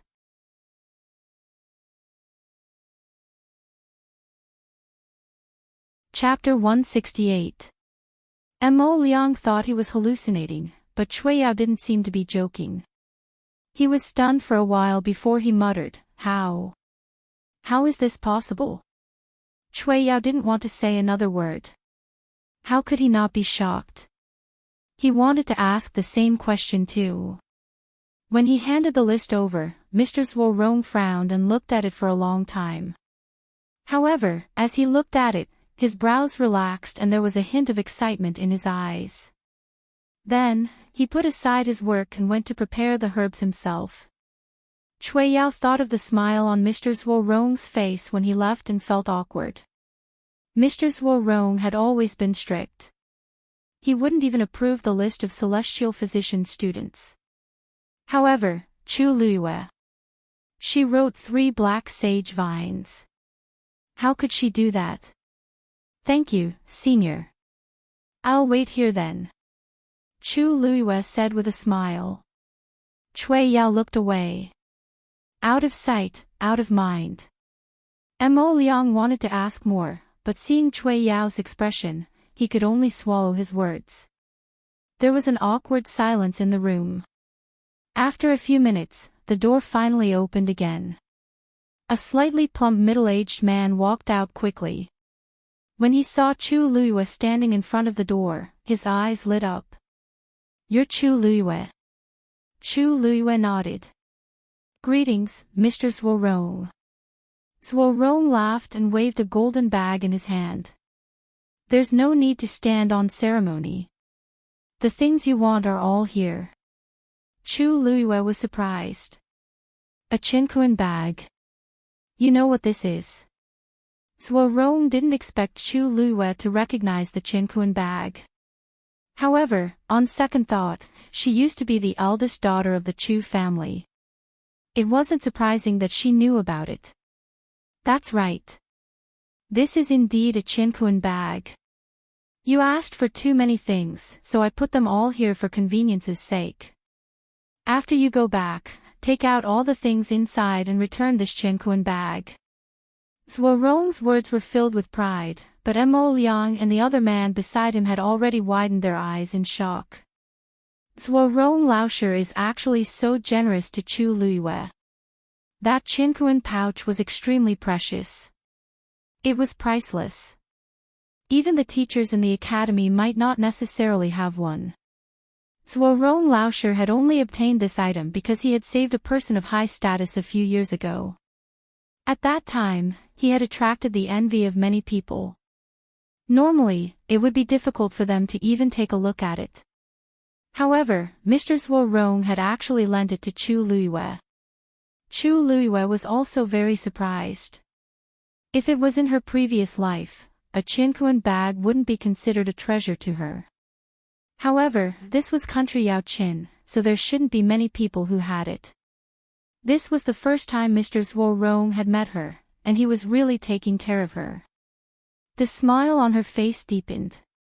She took a few steps forward and took the Qinquan bag with both hands. "Thank you, Mr. Zhuo Rong. I will return it as soon as possible." How could he not take advantage of a free lunch? "There's no rush. I have a few questions that I would like to ask you. You have to answer truthfully." Chu Luiyue looked at his expression and already guessed what he wanted to ask. She nodded lightly. "Teacher, please ask. I will definitely tell you everything I know." Zhuo Rong chuckled. "All right. Tell me first. Did you write that list yourself?" "Yes." Zhuo Rong's eyes suddenly lit up. "Why did you write this list? Are you refining medicine for someone?" Chu Luiyue didn't hide it. "Yes, this medicine is indeed for a friend." "Is that person Liao Zhongshu?" Zhuo Rong asked anxiously. Chu Luiyue's lips curled up slightly. "That's right. It's him." I knew it. Zhuorong slapped his thigh. Previously, he had also gone to check on Liao Zhongshu's injuries. He secretly guessed that he might have been poisoned, but he didn't know what kind of poison it was. Even after discussing it with the other teachers, he still couldn't come to a conclusion. However, when he saw Chu Liuyue's list, he suddenly realized that there were a few medicinal herbs in the list that seemed to be compatible with Liao Zhongshu's current condition. This was also the reason why he had to personally prepare the medicinal herbs. He wanted to meet Chu Liyue and get to the bottom of this matter. You know about his condition? Zhuorong asked vaguely. Chu Liyue's eyes flickered slightly. I have seen a similar situation in the past. Zhuorong took a deep breath. So, this prescription, I came across this prescription by chance, and I don't remember it very clearly. Since I have no other choice, I decided to give it a try. As soon as Chu Liyue said those words, disappointment surfaced on Zhuorong's face. I see. He thought that Chu Liyue was the one who came up with this prescription. However, upon thinking about it, he found this idea ridiculous. There were so many teachers in the academy who couldn't do anything about it. How could a mere student like Chu Liyue come up with such a prescription? Even the principal might not be able to do it. Zhuorong's agitation gradually calmed down, but he was still pleased that Chu Liyue was able to help Liao Zhongshu. You can head back first. I will personally head over with the other teachers later. Chu Liyue nodded. Then I will take my leave. With that, she turned around and left with the Cosmos sack. Zhuorong turned to the two behind him. In the future, if that lass wants to take medicinal herbs, just let her do so. Don't let what happened today happen a second time. Do you understand? Cui Yao and Mo Liang were confused by the conversation, but they could vaguely sense that Chu Liyue did have some talent in the field of celestial physician. Furthermore, Zhuorong also thought highly of her, so they didn't dare to say anything else. They could only agree to it. Yes. I will definitely keep it in mind. When Zhuorong saw that the two of them still looked somewhat unwilling, he shook his head inwardly and said earnestly, he said in a serious tone, don't think that you are better than others just because you are a celestial physician. There will always be someone better than you. Mo Liang couldn't help but ask, Mr. Zhuorong, do you mean that? Chu Liyue is more talented than us. Zhuorong looked at the two with pity. She keeps a low profile, but you think she is useless. Don't say such childish things in the future. You will only make a fool of yourself. Do you understand? Digression, it's my birthday today. More chapters tonight. Mobile users, please browse for a better reading experience from iWa.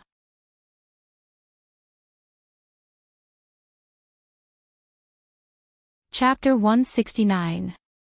Chu Liyue brought the herbs back to her residence. She took out all the herbs from the Qinquan bag and placed them in order. Just as she was about to return to Heaven's Medicine Pavilion to return the Qinquan bag to Zhuorong, she heard a commotion outside. She walked to the door and just as she opened it, she saw Zhuorong bringing a few other teachers into the courtyard. When Zhuorong saw her, he immediately smiled. Lu Yu, these are the teachers who diagnosed Liao Zhongshu previously. I brought them here to see you. The few teachers silently sized up Chu Liyue. Zhuorong said that Chu Liyue knew what kind of poison Liao Zhongshu was afflicted with and had a way to temporarily suppress the poison in his body. They were shocked and curious, so they followed Zhuorong here. However, they were more suspicious in their hearts. Chu Liyue didn't even go to the celestial physician's place to cultivate. Furthermore, during the entrance examination, didn't they say that her talent in this field was limited? Why did it sound like she was very formidable now?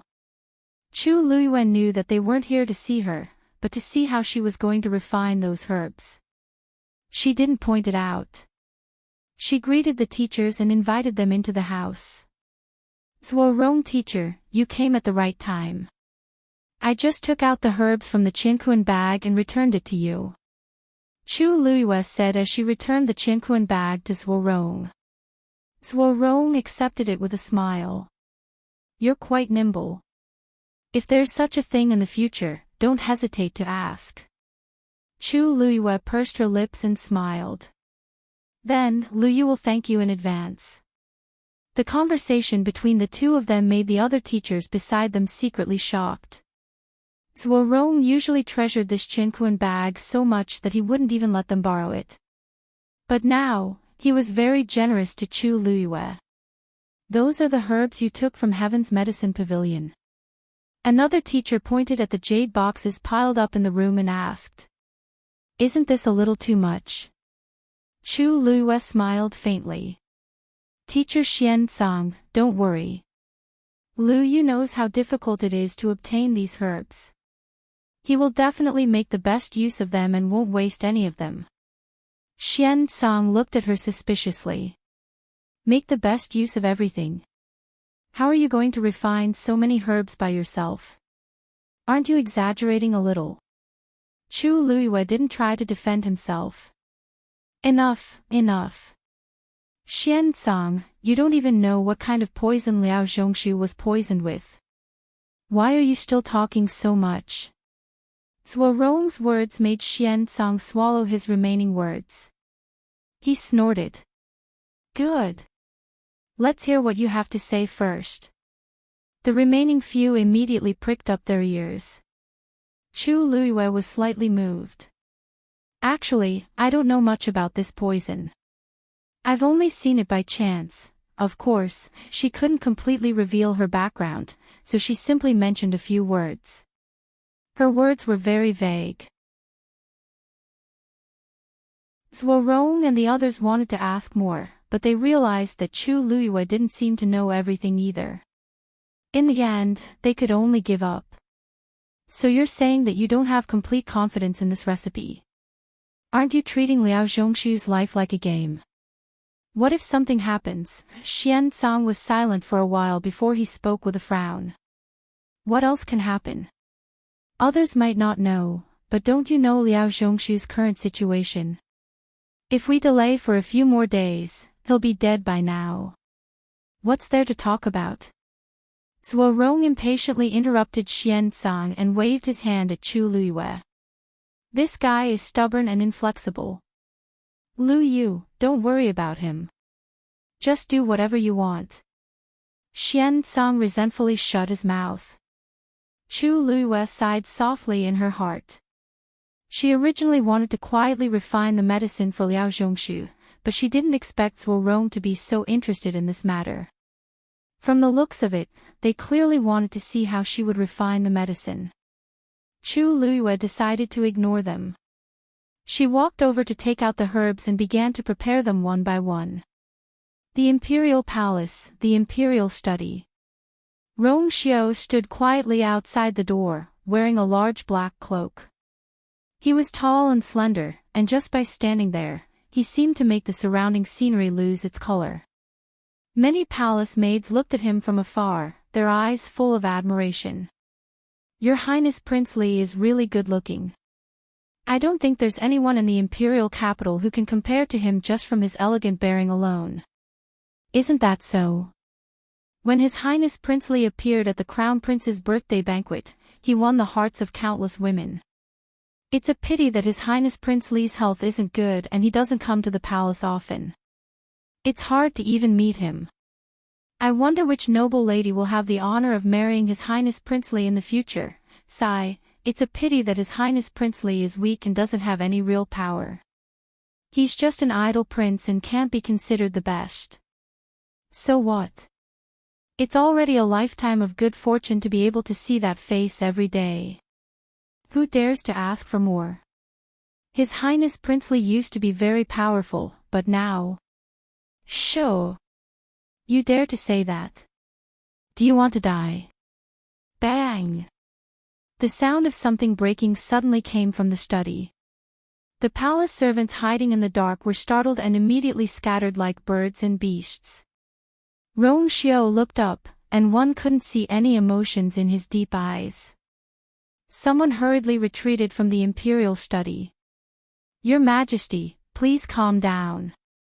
Your Majesty, please calm down. I'll leave now. This battered and exhausted person was the first elder of the Chu family, Chu Shao. He wiped the cold sweat off his head. His entire body was covered in dust. He originally came to see His Majesty today to plead for the Crown Prince, but he didn't expect that the moment he mentioned the Crown Prince, His Majesty would fly into a rage and chase him out. Only then did he realize that the Crown Prince had really angered His Majesty this time. He was the one who was truly stupid to come here so rashly. Chu Shao heaved a heavy sigh. Too many things had happened during this period of time. His mind was actually starting to become muddled.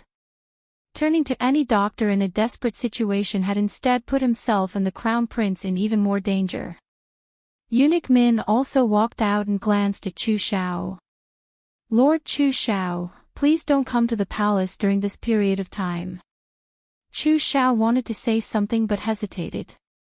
In the end, he could only agree. Thank you, Eunuch Min. Eunuch Min despised him in his heart. Chu Shao was old and muddle-headed. Chu Ning was now highly favored by the emperor and was already somewhat dissatisfied with the Chu family. Yet, he chose to enter the palace at this time to plead for the Crown Prince. Was he not afraid of dragging the entire Chu family down with him? Eunuch Min couldn't be bothered with him. He looked up at Rong Xiao, who was standing not far away. His face immediately filled with an eager smile as he took small steps forward. Your Highness Princely, you're finally here. His Majesty has been missing you for the past few days. Rong Xiao's lips curled into a lazy smile as he said indifferently, my health hasn't been very good lately. I haven't been feeling well for the past few days. Now that I've recovered a little, I immediately came to visit Imperial Father. Please come in. His Majesty was still angry. If it were an ordinary person, Eunuch Min wouldn't dare to invite them in, but Princely was different. When Chu Shao heard this, he couldn't help but look up at Princely, who rarely showed himself. Rong Xiao nonchalantly glanced at him, nodded, and walked toward the Imperial study. Chu Shao couldn't help but look over, but Eunuch Min quickly urged him to leave. The moment Rong Xiao entered the room, he saw shattered teacups scattered all over the floor. Emperor Zhaowen's face was still filled with anger. Rong Xiao lightly smiled. Father, what made you so angry? It's not worth mentioning. When Emperor Zhaowen saw him, his expression became much gentler. On the other hand, have you been feeling better recently? Thank you for your concern, Father. I'm already much better, and I can already go out and walk around these few days.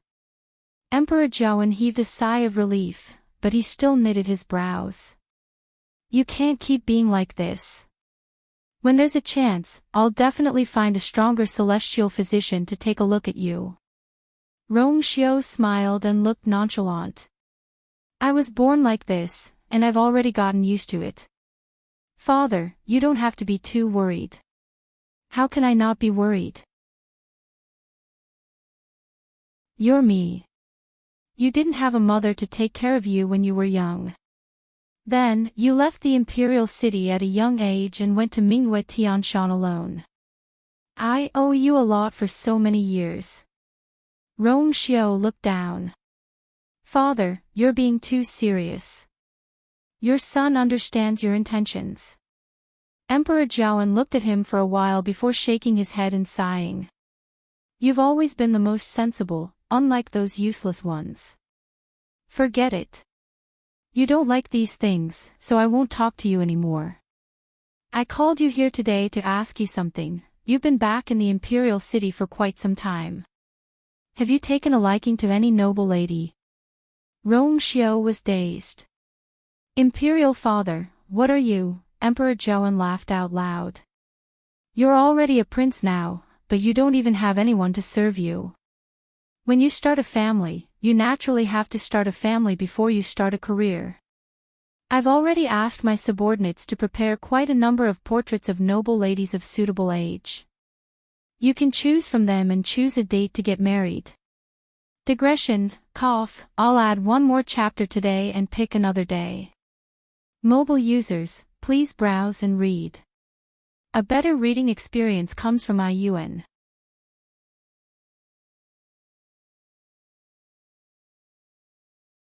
Chapter 170. Rong Xiao was silent for a moment. He didn't expect that his father had called him here for this matter. Father, my brothers haven't gotten married yet, so it seems a little too early for me to think about this, Emperor Zhaowen sneered. Those royal brothers of yours, none of them make me feel at ease. Let's not talk about them. I haven't been able to take care of you for so many years, so I naturally have to help you choose a suitable marriage. Emperor Zhaowen raised his chin. I know that you haven't been back for long, and you rarely go out. Hence, you're not familiar with the ladies in the Imperial city. The portraits are all there, you can take a look at them yourself. If you find one that you like, just tell me. Emperor Zhaowen waved his hands and looked as if he would immediately grant the marriage to whoever Rong Xiao chose. This scene made Rong Xiao unsure whether to laugh or cry. He didn't even look at the portraits as he directly said, Father, I've always been weak. Imperial father, this son has been frail and sickly since young. If I were to marry a wife, I would only be causing trouble for other people. Let's put this matter aside for now. What the hell are you talking about? Whoever marries you, that's her fortune. Who dares to say that you're a burden? Just pick one. When Emperor Zhaowen heard Rong Xiao say this, his face immediately darkened. Speaking of which, Rong Xiao was the prince who had been by his side for the shortest amount of time. Logically speaking, the relationship between the father and son wasn't very deep. However, nobody knew that he loved this child the most in his heart. The Xi family's fourth young lady is quite talented, but it's a pity that she's a concubine, so she's not good enough for you. However, if you like her, you can marry her and make her your consort first. The Liu family comes from a business family, and the ladies in the family all have some power, so I don't like them. The Yang family's big missy might be mediocre, but her looks and temper are top-notch. She's worthy of being called gentle and virtuous. You can take a look at her first. Oh right, there's also Count Jinbei's daughter. Emperor Zhaowen almost listed all the most outstanding ladies in the Imperial city. To an ordinary person, these ladies all came from noble backgrounds, and they were all excellent. But in Emperor Zhaowen's eyes, they all had their flaws. However, he could not be blamed for this. Just Rong Xiao's looks alone were enough to make most of the girls pale in comparison. Moreover, he was one of the only two princes with a title. Once he got married, he would be endlessly favored. Emperor Zhaowen also raised his eyebrows, and it was understandable that his standards were higher.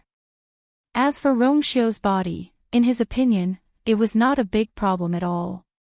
When Rong Xiao saw Emperor Zhaowen's excited look, he raised his brows, clenched his fist, and coughed twice. Emperor Zhaowen paused and looked at him worriedly. Why are you coughing again? Is your body still not fully recovered? Rong Xiao shook his head. His lips were slightly pale as he smiled. Your son is fine. Imperial father, you don't have to worry, cough cough. Seeing him like this, Emperor Zhaowen didn't have the mood to continue the topic. Forget it. Since you're not willing, let's not talk about it today. However, you still have to take this matter to heart. If you have time, come out more often and see if there's anyone you like. I can't directly decide for you, so everything depends on you. Rong Xiao slightly bowed. Thank you for your understanding, Imperial father. Emperor Zhaowen shook his head and sighed. I wonder what kind of woman you like, what kind of woman I like. A beautiful face flashed across Rongxiu's mind. Even though she was a little immature, she had already started to show her beauty. Especially that pair of eyes, they were as bright and moving as the starry night. His gaze moved slightly, and he hid the emotions in his eyes. Your son still has a request. Oh. After you came back to the Imperial City, you've been resting in your residence. This is the first time you've taken the initiative to make a request to me. How rare. Tell me about it. Rongxiu was silent for a moment.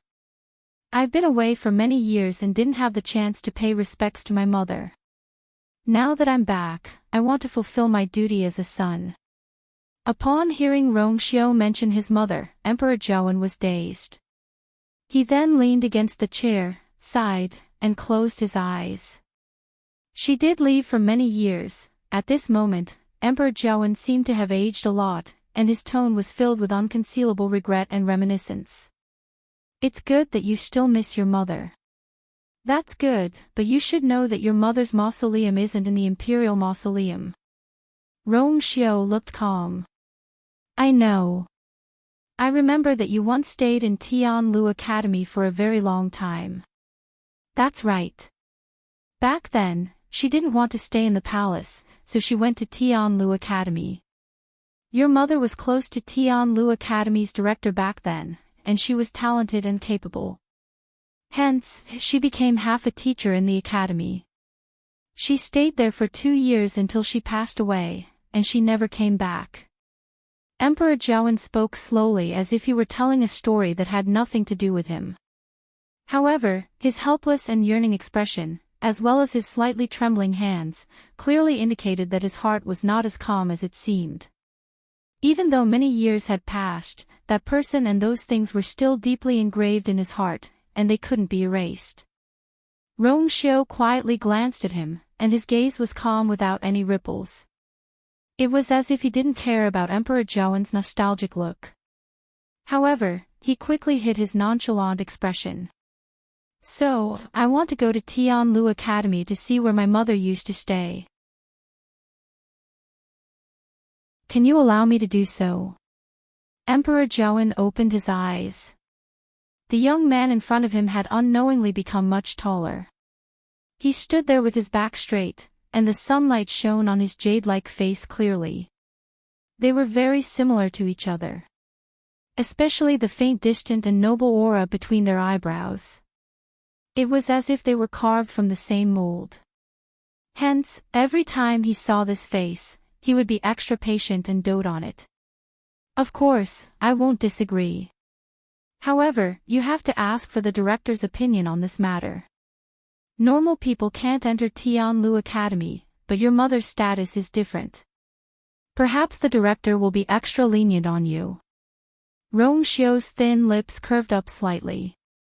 I've already written a letter to ask about the director, and he has already agreed.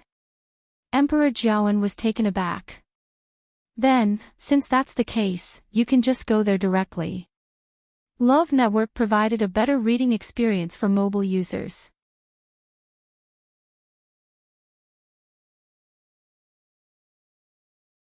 Chapter 171. At Tianlu Academy, Chu Luiyue started processing the herbs while Zhuo Rong and the other teachers watched. She first took out a palm-sized white shell and carefully rubbed it on a grindstone. After a while, fine white powder fell off. The material was thick, and it was very troublesome to grind it.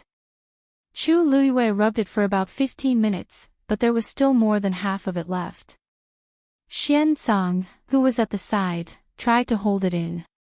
In the end, when he saw how clumsy Chu Luiyue was, he finally spoke up. Chu Luiyue, do you know that this isn't how you handle the white elephant shell? Chu Luiyue looked up in shock. Really? But didn't the book say that the white elephant shell needs to be ground into powder for it to be fully effective? Xian Cang rubbed his glabella. That's right, but based on your current speed, how long will it take for you to completely grind this white elephant shell into powder? Moreover, this is only the first one. There's another one in the box. Have you calculated how much time you'll need? Chu Luiyue seemed to be in a predicament as she humbly asked for advice. Then what do you think we should do? Xian Cang shook his head in disappointment and said to Zhuo Rong, look at her. Look at her. She's so clumsy. Where's the slightest bit of intelligence?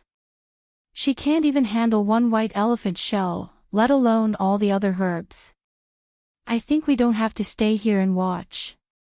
Her method is most likely unreliable. As for Liao Zhongshu's injury, I'll go back and think of a way myself. Then, Xian Cang ignored Zhuo Rong's protests and stood up to leave. The remaining teachers looked at each other awkwardly. Zhuo Rong, this. Xian Cang's words make sense. Chu Luiyue had already said that she didn't come up with the prescription on her own. Instead, she accidentally got it from someone else. Besides, she didn't remember it very clearly, and most of it was just guessing. It's really hard to say if it's effective. I heard that she barely passed the entrance exam. I think she really doesn't have much talent. Zhuo Rong, you're probably thinking too much this time. I'd better go back and think of a way with Xian Cang. Everyone, I'll take my leave first. Wait for me. I still have some matters to attend to. Xian Cang left with 2 teachers, leaving only Zhuo Rong and another teacher. The atmosphere was a little awkward. Chu Luiyue asked apologetically. Mr. Zhuo Rong, did I do something wrong? Zhuo Rong coughed. It's nothing. They just have their own things to do. You don't have to worry about them. Just focus on refining medicine. Chu Luiyue wanted to say something but hesitated. In the end, he didn't say anything and continued polishing the white elephant shell. After a while, she finally grinded it into powder. She wiped her sweat and took out a second white elephant shell to start polishing. Finally, the other teacher could not stand it any longer and left after apologizing to Zhuo Rong. Zhuo Rong looked at Chu Luiyue in confusion. Could it be that he was wrong? Chu Luiyue's talent was actually not as outstanding as he had expected. But if that was the case, how did she directly resolve the difficulties Cui Yao and Cui Yao had placed her in? Zhuo Rong stared at Chu Luiyue and pondered for a long time. A vague idea appeared in his mind. Could it be that Chu Luiyue was deliberately hiding her talent? But why? Many people dreamed of having the talent of a celestial physician. With such potential, anyone would be eager to show it to others. Only Chu Luiyue was a little strange. Zhuo Rong thought for a while. He didn't want to deliberately expose it, so he found an excuse and left. In the end, only Chu Luiyue was left in the room. She exhaled softly. She didn't want these people to notice anything, so she deliberately pretended that she was not good at anything. It didn't matter if she was despised by them. The most important thing was to refine the medicine well. Zhuo Rong seemed to have noticed something, but he didn't pursue the matter. Chu Luiyue closed the door and windows properly before focusing her attention on the pile of herbs.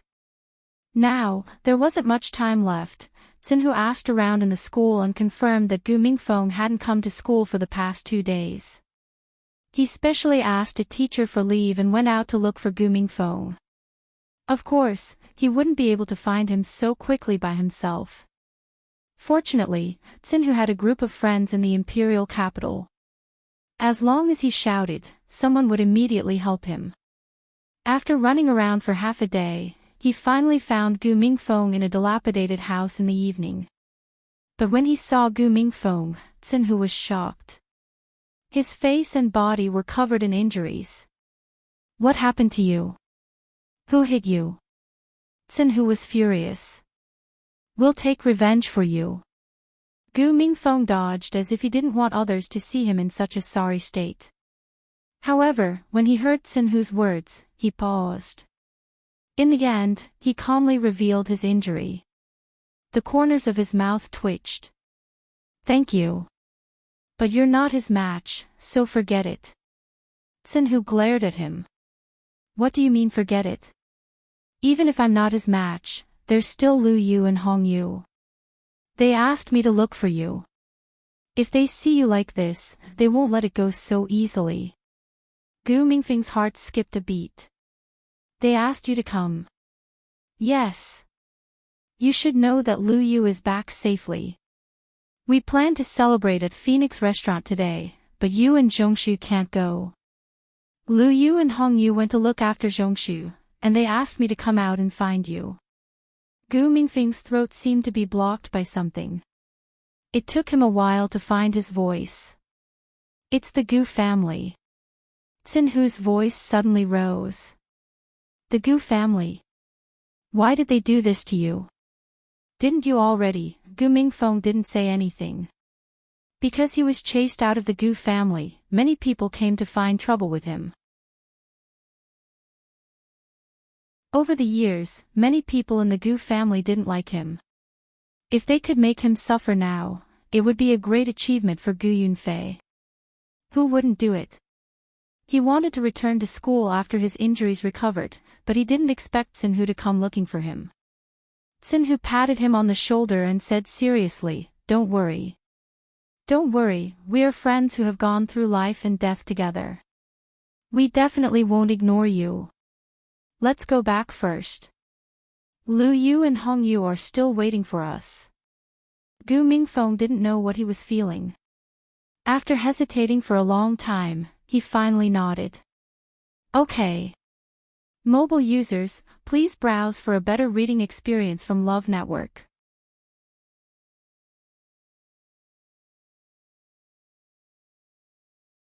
Chapter 172. After Zhuo Rong and the rest left, Chu Liuyue's actions became much faster.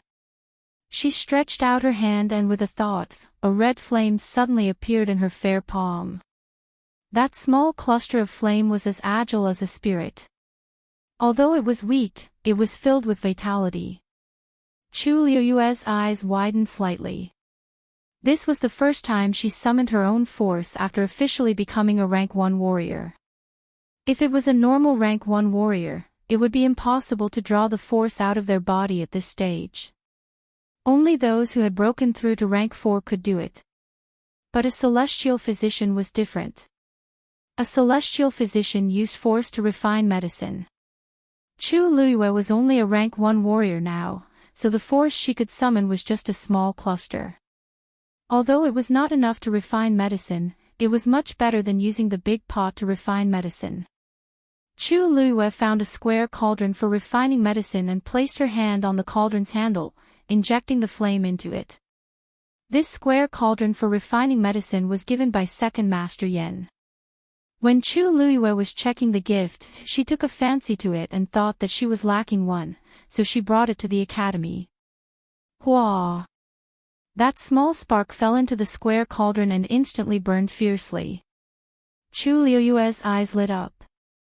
This square cauldron was really good stuff. Previously she only felt that the material of this square cauldron was good, but she didn't expect the effect to be so unexpected. Using this square cauldron to refine medicine could save her a lot of energy. With such a convenient thing, Chu Liyue heaved a sigh of relief and prepared to put the herbs in one by one. When the second white elephant shell fell into it, it was immediately engulfed by the red flame. In a blink of an eye, it turned into a handful of powder. Chu Liyue was stunned for a moment. A celestial physician used force to refine medicine and her speed was naturally incomparable to ordinary people, but wasn't this too fast? Did her force have such a strong effect on herbs? Chu Liyue suddenly realized something. She pursed her lips and tried to put in the second herb. It was 100-year-old heaven guard ginseng. It was as long as a person's forearm, and several vines were tightly wrapped around it. It was cold to the touch, and its texture was hard. The most useful part of this heaven guard ginseng was the vine in the middle. However, if one wanted to fully utilize its medicinal properties, they would have to squeeze out its juice, which would take a lot of effort. Chu Liyue carefully controlled the flame, and the tongue of the flame gently licked the heaven guard ginseng. The tendrils on the outside quickly withered, and a drop of yellowish-brown medicinal juice appeared in the square cauldron. Chu Luiyue stared blankly, not daring to believe it for a moment. This refining speed was almost comparable to a third-grade celestial physician. Generally speaking, the stronger a celestial physician was, the faster the efficiency of refining medicine would be. She was prepared to fight a long battle, but she never thought that her speed would be so fast. Most importantly, the concoction that was refined was extremely clear and clean, extremely pure. In this way, it would save her a lot of effort and the effect of the medicine would be even better. Chu Luiyue stared at it for a while, still feeling a little incredulous. In her previous life, she had a rare Tianjing Yuan meridian. Whether it was as a martial artist, a Xian master, or a celestial physician, she had all the advantages. The force nourished by the Tianjing Yuan meridian was naturally incomparable to ordinary people in terms of refining medicine. But now, she clearly only had a Daijing Yuan meridian, and it was not much worse than her previous Tianjing Yuan meridian. There was definitely a problem. Chu Luiyue had seen a celestial physician with a Daijing Yuan meridian before. Even if they had cultivated for many years, they were naturally limited by force and could not catch up to the Tianjing Yuan meridian. But now, Chu Luiyue almost wanted to check again if she had a Daijing Yuan meridian. She took a deep breath and calmed herself down. It was impossible for her to remember something like this wrongly. This body, after reconstructing the Yuan meridian, was indeed a Daijing Yuan meridian. But the force nourished by this Yuan meridian was indeed comparable to the Tianjing Yuan meridian.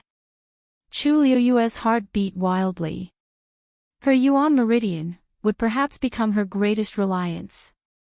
Chu Luiyue closed her eyes and suppressed the surging emotions in her heart. When she opened her eyes again, the shock and suspicion in her eyes had all faded away, and she had regained her usual calmness. But no one knew what kind of storm the surging undercurrent under the calmness would stir up in the future. Chu Luiyue began to methodically put in the remaining medicinal herbs. Time passed by slowly. When night fell, the various medicinal herbs that had been piled up like a small mountain in the room had all been processed by Chu Luiyue. Flames burned in the square cauldron, and the various medicinal herbs merged into a ball of dark green liquid that quietly floated in the air. A strong medicinal fragrance permeated the air. "Lu Yu. I'm back." Mu Hongyu's voice came from outside the door. Chu Luiyue poured another ball of flames into the square cauldron before walking over to open the door. "Lu Yu, your guess is so accurate. That Ji Yurong actually. What's that smell? It's so fragrant." Mu Hongyu's face was filled with excitement, but before she could finish her sentence, her attention was attracted by the medicinal fragrance. She looked over and saw that there was a square cauldron in the middle of the room, and there was a red flame burning in it. Her eyes widened in shock. "Damn! Lu Yu, you're actually refining medicine." Chu Luiyue didn't know whether to laugh or cry as he pulled her into the room, closed the door, and said, "Didn't I tell you that I was going to Heaven Medicine Pavilion? You didn't say that you could actually refine medicine like this." Mu Hongyu walked over in amazement. "Such a fierce flame. Didn't you say that you were only a stage 1 warrior? How did you have such an abundant amount of force to refine medicine?" Although she wasn't a celestial physician, she knew that celestial physicians would use force to transform into flames when refining medicine. She knew that she didn't have this ability, so she couldn't be a celestial physician. However, Chu Luiyue. This wasn't something that a stage 1 warrior could do. Seeing Mu Hongyu like this, Chu Luiyue could only secretly rejoice that she came back late and didn't see the medicinal herbs piled up in the room. Otherwise, she would probably tear the roof off the house. "Didn't you say that you found something just now? How's that Ji Yurong?" Chu Luiyue changed the topic without batting an eyelid. Mu Hongyu then returned to her senses and hurriedly said, "Yes, yes, yes. Let me tell you, that Ji Yurong is indeed problematic. I originally planned to follow him today to see if there was anything strange about him, but he was very cautious. He cultivated diligently the whole day and didn't do anything out of the ordinary. After that, I asked some people in the academy who were closer to him, and guess what? He likes Chu Xianmin." Hearing this name, Chu Luiyue raised her eyebrows. "Although he never told anyone, I heard that he had a hangover on the day Chu Xianmin married the crown prince.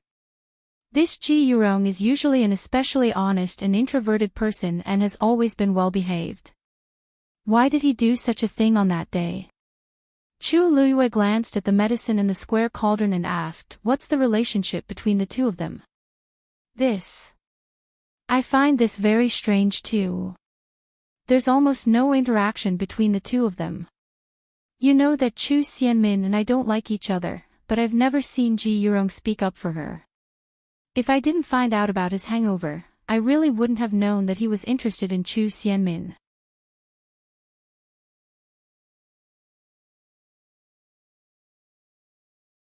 Chapter 173. In the past, Chu Xianmin was pretty, had a noble background, and was talented. She was the most famous lady in the Imperial city. It was not surprising that Ji Yurong liked her. However, whether this incident had anything to do with Chu Xianmin still needed to be investigated. Don't act rashly. Let's secretly investigate Chu Xianmin first. Mu Hongyu threw herself into a chair at the side and rested her chin on one hand. "Sigh, this is a little difficult. You know that Chu Xianmin doesn't live in the academy now. After she married into the Crown Prince mansion, she went back every day. Under such circumstances, it will take a lot of effort to investigate her. The Crown Prince mansion was heavily guarded. Even if she had the ability, she would not be able to barge in." Chu Luiyue thought for a while. "There's no hurry. Many people know that I went to the Heavenly Pharmacy to get medicine today. In addition, Mr. Zhuo Rong and the rest came here this afternoon. News will definitely spread. The person who poisoned me must be paying attention to the Academy's movements. He definitely knows about this. I was wondering." Mu Hongyu clapped her hands and said excitedly, "When I came back today, I heard that you were back. When I came back today, I heard a lot of people talking about you. They even mentioned Zhuo Rong Laosher. So, you did it on purpose. Are you trying to lure the snake out of its hole?" A dark light flashed across Chu Luiyue's eyes. "The enemy is in the dark, and we are in the light. The disparity is huge. Since this is the case, why don't we take the initiative to attack? If the other party knows about this, they will definitely not sit back and do nothing. As long as they make a move, we will be able to find the culprit." Mu Hongyu looked at Chu Luiyue from head to toe in surprise. "Tisk, Luiyue, it's no wonder you can teach those people from the Chu family a lesson. You're such an old schemer. Whoever goes up against you is really unlucky." Chu Luiyue's eyes twitched. "Cunning. Mu Hongyu, do you know how to talk? I won't attack unless I'm attacked." She would not take the initiative to provoke anyone, but if anyone wanted to bully her, she would not be polite. Mu Hongyu nodded frantically in agreement, but then curled her lips. Let me tell you. That Chu Xianmin is very difficult to deal with. Although you've already taught her a lesson last time, she hasn't been obedient for long and she's already causing trouble again.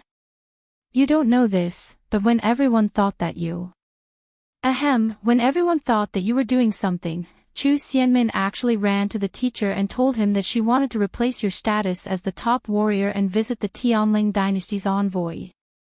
Previously, she had been immersed in grief, so she didn't know what had happened in the academy. Today, she went out to ask around and found out. However, Chu Luiyue wasn't angry. Instead, he laughed. Mu Hongyu asked in disbelief. You're not angry. That's the kind of person she is. I'd be surprised if she didn't do that. Chu Xianmin's current situation was so difficult. Of course, she had to think of a way to stand out. Even if this path didn't work, she would find another way. Mu Hongyu suddenly thought of something. She clasped her hands together and looked at Chu Luyue pleadingly. That's true. Lu Yu, when you meet the Tianling dynasty's envoy, can you do me a favor? What's the matter? Mu Hongyu's face was tainted with a tinge of worry. My father sent a letter a few days ago saying that my mother's health hasn't been good recently. He heard that the Tianling dynasty's envoy is coming, so he wants me to beg them to see if they have a way to cure my mother. But where would I get the chance now? So, can you please? Chu Luyue paused in his actions. You seem to admire the Tianling dynasty a lot, right? They're just an envoy. Don't you think it's a little unrealistic to pin all your hopes on them? Mu Hongyu widened her eyes. Lu Yu, that's the Tianling dynasty. It's a legendary existence. If even they can't do anything, then we can't do anything. Sai, do you know the Tianling dynasty's heavenly princess? Chu Luyue suddenly felt a little awkward. Seeing her expression, Mu Hongyu thought that she had never heard of her before, so she kindly added, Sai, actually, it's normal that you don't know. The Tianling dynasty has always been very mysterious. I've only heard a little about it from my father. Their heavenly princess is rumored to have a Tianjing Yuan meridian. She was born to be a top genius. Moreover, she was already a 5th-grade celestial physician when she was 10 years old. You have to know that there have only been a handful of celestial physicians in country Yaoqin for so many years. And those who have reached 5th grade are even rarer. Think about it, she's so amazing.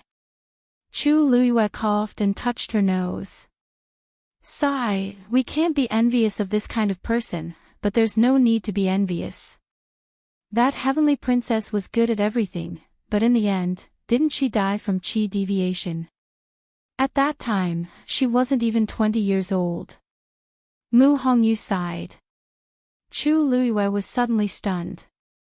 Qi deviation. Qi deviation. She suppressed the surging emotions in her heart and asked, logically speaking, such a genius cultivation path should have been very smooth. How did she? Qi deviation. Mu Hongyu shrugged. How can this be confirmed? Anyway, that's what the rumors say. Otherwise, why would she die so suddenly? I heard that her fiancé was heartbroken. Chu Liyue's heart suddenly thumped violently. Her mind was blank. She only stiffened and asked, he?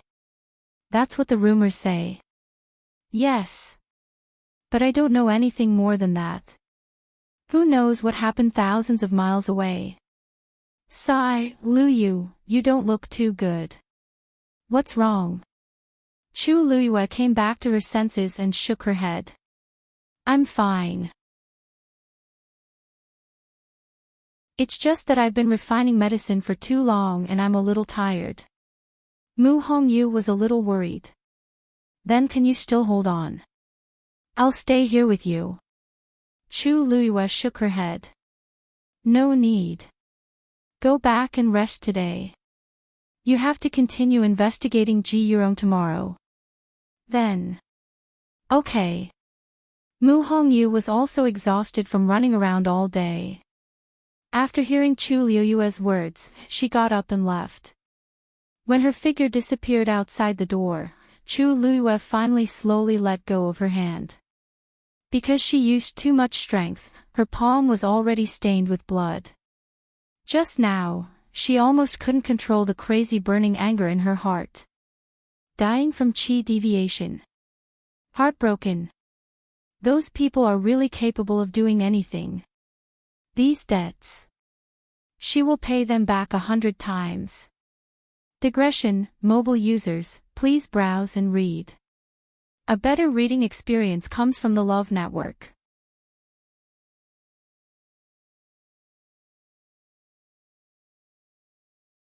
Chapter 174. Night, Prince Li's mansion, study room. Rong Xiao stood in front of the bookshelf with his hands behind his back. He was carefully selecting books. Move all the books on the top 2 floors. Also, bring along the few biographies that this prince often reads. Yuemo responded and carefully put away the books one by one. Yan Qing looked at his master hesitantly. Master, are you really going to stay at Tianlu Academy? Rong Xiao glanced at him. Why? Is there a problem? I don't dare. It's just that, there are too many people at Tianlu Academy. I'm afraid it won't be as convenient as before. Yan Qing did not expect his master to decide to go to Tianlu Academy after going to the palace. He was really caught off guard. Yuemo secretly gave him a look. Are you stupid? Others might not know why master is going to Tianlu Academy, but you should know better. Yan Qing felt a headache coming on. Ever since his master came back from Wanling Mountain a few days ago covered in blood and sat in the study room for an entire night, he knew his master would take action. However, he did not expect his master to take such drastic measures. Yuemo shook his head. How could they stop their master from doing anything he wanted? Yan Qing sighed heavily in his heart. What do you want to say? Just say it, Rong Xiao suddenly said. Yan Qing knew he could not hide his thoughts from his master, so he spoke bluntly. Master, if you're worried about Miss Lu Yu, you can send more people to protect her secretly. Why do you have to do it yourself? The Crown Prince is under house arrest now, and the third prince is still in the Imperial capital and has not returned to the Northwest Army. This is a critical time. It's really dangerous for you to suddenly make such a big move.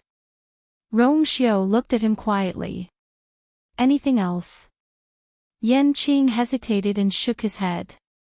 He was mainly worried about his master's safety. Although he knew his master was powerful, it was not his master's style to put himself in danger. Since you're done, help Yuemo pack. Mistress. Yan Qing still wanted to fight for it, but when she saw Rong Xiao's expression, she knew it was useless to say anything, so she had to agree. Yes. Rong Xiao knocked on the table. She went to Heaven's Medicine Pavilion today. Why is there no movement from Yengu? Yuemo hurriedly said, Master, Yengu said that he did not receive any news from Miss Lu Yu. Thinking about it, it must be Miss Lu Yu who went to the Heaven's Medicine Pavilion. Rong Xiao replied with a faint, Do you know what she wants those herbs for? The two of them looked at each other. I'm not too sure. Rong Xiao raised his eyebrows slightly. Previously, the Precious Treasure Pavilion had sent many gifts, which included many precious medicinal herbs. Chu Luyuan knew that if she wanted it, it would be more convenient for her to go to Jinbao. But she had purposely gone to the Heaven's Medicine Pavilion. You really don't know. Yuemo coughed. As expected, he could not hide it from his master. But this matter, he gritted his teeth and braced himself to say, I heard that Miss Lu Yu went to the Heaven's Medicine Pavilion to help a classmate recuperate. Rong Xiao leaned against the chair and crossed his fingers. His posture was lazy, but there was an indescribable sense of oppression. Oh. What kind of classmate? Yuemo closed his eyes and faced death calmly. His name is Liao Zhongshu. As soon as he finished speaking, the entire room fell silent. Rong Xiao's thin lips curved slightly. So it's a male classmate. The next morning, Chu Luyue finally finished brewing the medicine. She placed it in a sealed jade box and planned to send it to Liao Zhongshu. But just as she reached the door, she saw Mu Hongyu running over excitedly. Lu Yu.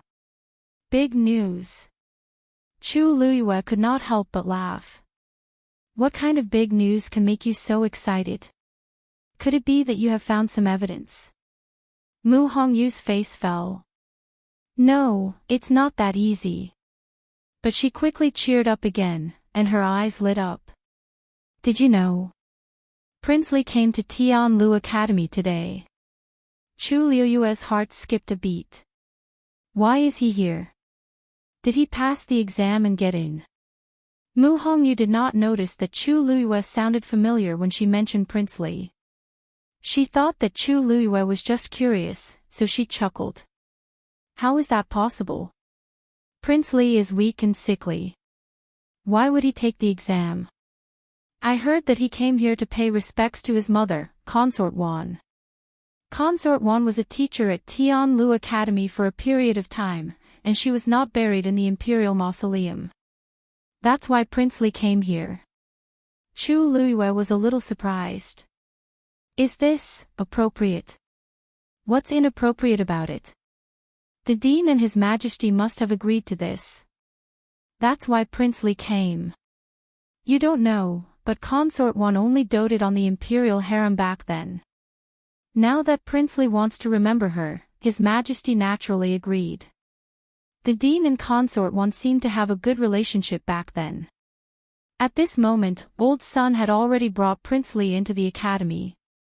If not for the fact that we don't dare to openly join in the fun, we would have gone to take a look. Chu Liuyue's eyebrows twitched. What's there to see? How is it not nice? It's rumored in the Imperial City that Prince Li was born with first-class looks.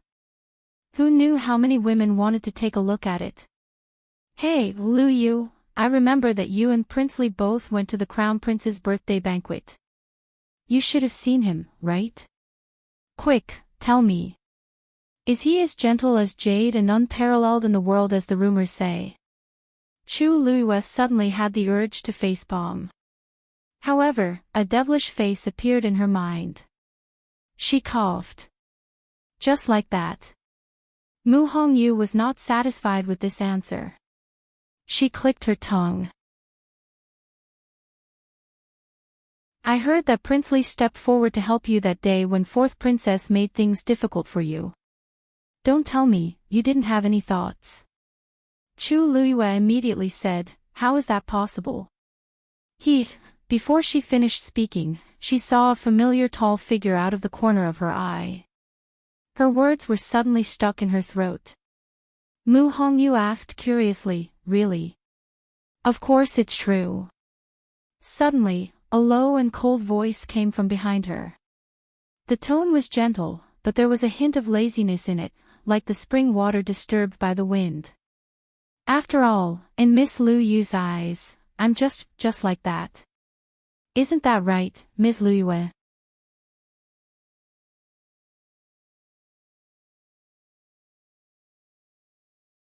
Chapter 175. That person was dressed in a white robe that was spotless. His facial features were meticulously sculpted by the heavens. His eyes, in particular, were as deep and quiet as the starry night. They were pure and clean, but they also carried a hint of mystery. His thin, scarlet lips curled up slightly. His originally gentle, noble, and calm temperament had an additional hint of flirtatiousness. His gaze landed on Chu Liyue, and his lips curled into a casual smile. Mu Hongyu was stunned for a moment before she finally reacted. Her eyes widened. Prince Li. Rong Xiao nodded slightly. Princess Yongping. Ever since Mu Hongyu came to the imperial capital and entered Tianlu Academy, she had been very low-key and rarely mentioned her identity. She had not heard the title, Princess Yongping, in a long time. Now that Rong Xiao mentioned it, she could not help but be stunned again. You know me. Rong Xiao smiled faintly. I've heard Miss Lu Yu mention you before. Now that I've met you, Princess Yongping, you are indeed straightforward and generous. You have the style of the Prince of Pingjiang. Mu Hongyu's mood instantly improved upon hearing this. She admired her father the most. When others praised him, she was even happier than when others praised her. She asked curiously, Prince Li has met my father before. Although I haven't had the chance to meet him, I've long heard of his great name. Mu Hongyu thought about it and agreed. Prince Li's health had been poor since he was young. He was sent to Mingyue Tianshan to recuperate. He had not even returned to the Imperial capital a few times. How could he have gone so far to meet her father? However, it seemed like he had good taste. Mu Hongyu happily pulled Chu Liuyue's sleeve and said softly, "Lu Yu, your standards have also improved, right? I think Prince Li is quite good." Chu Liyue looked at her speechlessly. He really did not know when Mu Hongyu's brainless personality would change. She was bought over with just one sentence. In the future, she might even help others count the money when she was sold. "Hey, he said you mentioned me in front of him. Are you close to him?" Mu Hongyu suddenly thought of something and looked at Chu Liyue with a subtle gaze. "You just said, His Highness has helped me a few times before. When I went to thank him, His Highness asked a few more questions about the academy, so I mentioned you." Chu Liyue said with a straight face. Who doesn't know how to lie? Since he deliberately exposed her, she didn't need to be polite. Mu Hongyu suddenly understood. No wonder. He must have wanted to come to the academy at that time. That's why he asked you those questions, right? The corners of Chu Liyue's eyes twitched. Rong Xiao calmly looked at the jade box in Chu Liyue's hand. Looks like you're busy. I won't disturb you any longer. Chu Liyue curtsied. Take care, Your Highness. Rong Xiao quietly glanced at her, then turned and left with Elder Sunday. Mu Hongyu couldn't help but rub her arms. Lu Yu, why do I suddenly feel a little cold? Chu Liyue coughed. Let's go. The medicine will turn cold if we stay any longer. The two quickly arrived at Liao Zhongshu's residence. Mu Hongyu stepped forward and was just about to knock when the door opened. Ji Yurong was standing inside. He had his usual gentle and harmless smile on his face. Zhongshu said that you would come today, so I've been waiting for you. Come in. Chu Liyue sized him up. Compared to the day before, he looked much more natural, as if there was nothing wrong with him. But this only proved that there was something wrong with him. Yesterday, Mu Hongyu secretly investigated him and didn't completely seal off the news.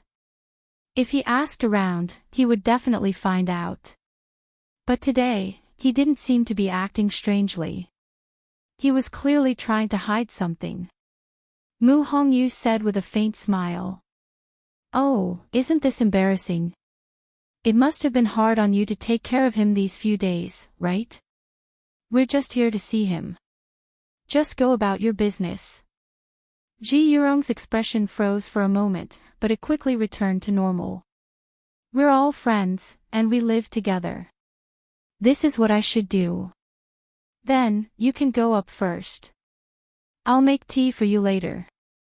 I didn't manage to serve you well when you came yesterday. You're so free today. Mu Hongyu crossed her arms. I remember that you originally had classes today, right? A hint of panic flashed across Ji Yurong's eyes. Oh, I took leave today. I used up my cultivation time in Joyo Tower, and I was planning to do some missions today. Mu Hongyu didn't comment. This is important. We won't hold you up. She was clearly asking him to leave. Ji Yurong was a little hesitant. Actually, it's not that urgent. I'm afraid that Zhongshu will, the two of us are here. Are you worried that we won't be able to take care of him? No. Then, I'll take my leave first. Please go ahead. Ji Yurong knew that continuing would only make things worse. He could only leave unwillingly. After his figure disappeared, Mu Hongyu pursed her lips. Can't you think of something else if you want to spy on us? Chu Liyue didn't say anything. He turned around and went upstairs. Liao Zhongshu's complexion looked worse than the day before, and he was even more dispirited. Mu Hongyu was shocked. Did he poison you again? Liao Zhongshu shook his head with difficulty. Ever since you told me yesterday, I haven't touched the things he sent over. Chu Luiyue checked his soup bowl. It was indeed clean. The red blood goose poison is very strong. Even if you don't poison it, the poison will get worse. In the later stages, it will be defeated like a landslide. As Chu Luiyue spoke, he took out the medicine from the jade box. A strong medicinal fragrance spread out. Mu Hongyu took a deep breath and immediately felt comfortable. Chu Luiyue handed it to Liao Zhongshu. This medicine can only help you suppress the poison for now. As for the antidote, we'll think of something else. Liao Zhongshu didn't say anything. He took the medicine and drank it in one gulp. You trust us, Chu Luiyue said. A weak but sincere smile appeared on Liao Zhongshu's pale face. In my current state, who else can I trust if not you? They were friends who had gone through life and death together. Besides, this was his only choice. Rest first. Hongyu and I will go and check again. Liao Zhongshu nodded.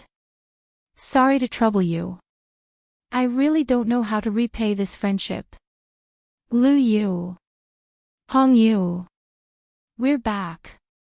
Before Liao Zhongshu could finish speaking, Xinhu's voice came from downstairs. Chu Luiyue let Liao Zhongshu rest alone and walked out with Mu Hongyu. When they reached the first floor, they saw Xinhu and Gu Mingfeng. Gu Mingfeng's face was injured. It looked like he had been through a lot in the past 2 days. Mu Hongyu was shocked and quickly walked forward. Mingfeng, what happened to you? Gu Mingfeng looked down. It's just a small injury. How is this a small injury? It was obvious that he had been beaten to death. Gu Mingfeng didn't say anything. He clearly didn't want to talk about it. He didn't want to meet Chu Luiyue and Xinhu with such a face, but Xinhu dragged him along. Chu Luiyue only took one look before she retracted her gaze and asked in understanding. Was it done by someone from the Gu family? A better reading experience came from the Love Network.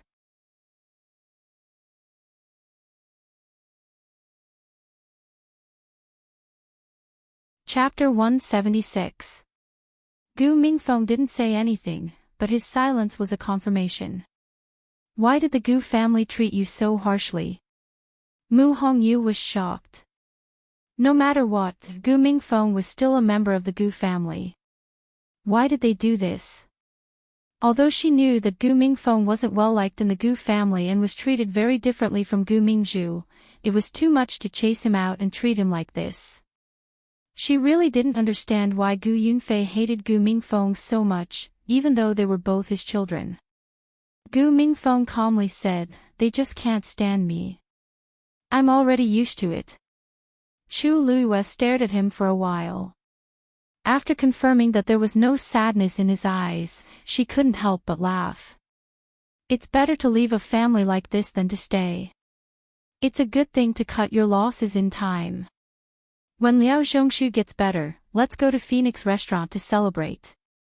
Gu Mingfeng didn't expect Chu Luiyue to be so straightforward, but her expression was very sincere. That's right. She cut ties with the family before me. Although Chu Luiyue cut ties with the family and I was chased out, the outcome was similar. Gu Mingfeng suddenly felt relieved, and he inexplicably felt much more relaxed. He exhaled. Emisham, Xinhu asked, "Oh, right. What did you say about Zhongshu?" He had been outside for a day and night, so he didn't know what had happened in the academy. Chu Luiyue calmly scanned the surroundings. It's hard to explain in a few sentences. I'll tell you in detail when we have time. Xinhu, go back with Gu Mingfeng to recuperate first. If there's any news, Hongyu and I will immediately inform you. Xinhu didn't suspect anything and readily agreed. Gu Mingfeng frowned but didn't say anything. Look, that's where your mother lived back then. Elder son walked with Rong Xiao while introducing the academy. Rong Xiao followed his gaze and saw a river meandering past. At the foot of the mountain where the river flowed, there was a quiet courtyard. The place where she lives is slightly to the side where the Xian master students live. She likes peace and quiet, and the students respect and like her, so although they are very close to her, they rarely disturb her. As elder son spoke, he thought of that gentle and generous woman. Oh right, you should know that your mother is a mystic cultivator. She also teaches mystic cultivators here, right? Rong Xiao nodded. Father mentioned it before. Elder son shook his head and sighed. Your mother is extremely talented as a mystic cultivator. If she had a few more years, it would not be impossible for her to become a top-notch mystic cultivator. Unfortunately, she passed away after staying here for 2 years. Even Rong Xiao, who was sent to Mingyue Tianshan not long after he was born, had only seen her a few times. As they spoke, the two of them arrived in front of the courtyard. Above the door hung a peachwood sign with a few small words engraved on it. Yifeng Courtyard. This signboard was personally carved by her. Elder son looked at Rong Xiao.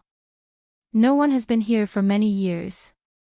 When I heard that you were coming, I originally wanted to send someone to clean it up, but after thinking about it, these are her old belongings, so I'll leave everything to you. Thank you for your understanding, Elder Sunday, it's a small matter, no need to thank me. Then, this old man will take his leave first. Take care, Elder Sunday. After Elder Sun left, Rong Xiao pushed open the door and entered. Yifeng Courtyard was not big, but everything was exquisite and elegant. One could see the taste of the people who lived here back then. The courtyard did not have flowers and plants like ordinary people.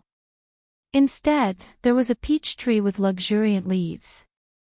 There was a rattan chair under the peach tree, and a tea set was placed on the limestone slab next to it. Rong Xiao waved his sleeve, sweeping off the dust on the rattan chair and lying down. The rattan chair creaked as no one sat on it for a long time. Rong Xiao closed his eyes. A gentle breeze blew past, sweeping up the corners of his snow-white clothes. A few green leaves drifted down and scattered on his face and body. In particular, a small thin leaf was pressed against his thin scarlet lips. The two colors complemented each other, as beautiful as a painting. Chu Luiyue saw this scene when she walked across the Shuangqing River Bridge. She and Mu Hongyu had split up and planned to come back to get something first. Before she walked back to her residence, her eyes were attracted by the scenery. Yifeng Courtyard was not very far from the bridge, so Chu Luiyue could see it very clearly. She blinked. She had noticed that courtyard before. No one had ever gone there, so it was very quiet. Was that the place where Rong Xiao's mother lived when she was alive? Her eyes swept across Rong Xiao's face. Under the sunlight, his skin was like jade, even a little translucent. His eyebrows and eyes were picturesque, his nose was high, and the lines of his cheeks were smooth. There was no part of him that was not the best. Such a person was simply blessed by the heavens to be able to have such an appearance and charm. Chu Luiyue suddenly remembered her previous evaluation of him. Just like that. She suddenly felt a little guilty. If this didn't count as anything, then no one in this world was qualified to say that it was good-looking. As if sensing her gaze, Rong Xiao's eyelashes trembled. He suddenly opened his eyes and looked over. The two of them looked at each other. He seemed to have taken a nap under the tree for a while. His eyes still had a bit of laziness and confusion, but his eyes were clear and pure. Chu Luiyue seemed to have been caught red-handed doing something wrong, so she subconsciously looked away. But as soon as she turned her head, she regretted it. Didn't this make it seem like there was something wrong with her? She didn't feel anything when the two of them were together day and night. Why did she feel that something was wrong with him now? If she left now, she might be laughed at by Rong Xiao for running away. Thinking of this, Chu Luiyue gritted her teeth and looked back again. She wanted to use her eyes to kill him. Look! What's wrong with looking? He was lying here. Anyone who passed by would be able to see him, right? There was nothing wrong with her taking a look. Suddenly, a few women's voices came from behind. Wait, that's His Highness Prince Li. It seems like it. Just like the rumors, his appearance and bearing are unparalleled. He seems to live there. It's not far from us. Shh. Lower your voice. Aren't you afraid of being heard? Can't you be more reserved? Even if she didn't look back to see who it wasn't hard to imagine the admiration and excitement of these people. Chu Luiyue suddenly felt a little irritable. This guy isn't lying there on purpose, is he? His Highness Prince Li doesn't mind being looked at by so many passers-by. Thinking of this, her eyes unconsciously carried some annoyance. Rong Xiao looked at her. Suddenly, his thin lips opened slightly, sucking on the thin leaf. Digression, yesterday, I couldn't sleep until 3:00. At 3:00 in the afternoon, I'll update 3 chapters. Not 3 chapters of the 3rd chapter, but 3 chapters of the 3rd chapter. When I say 10 chapters, I'll find a new one.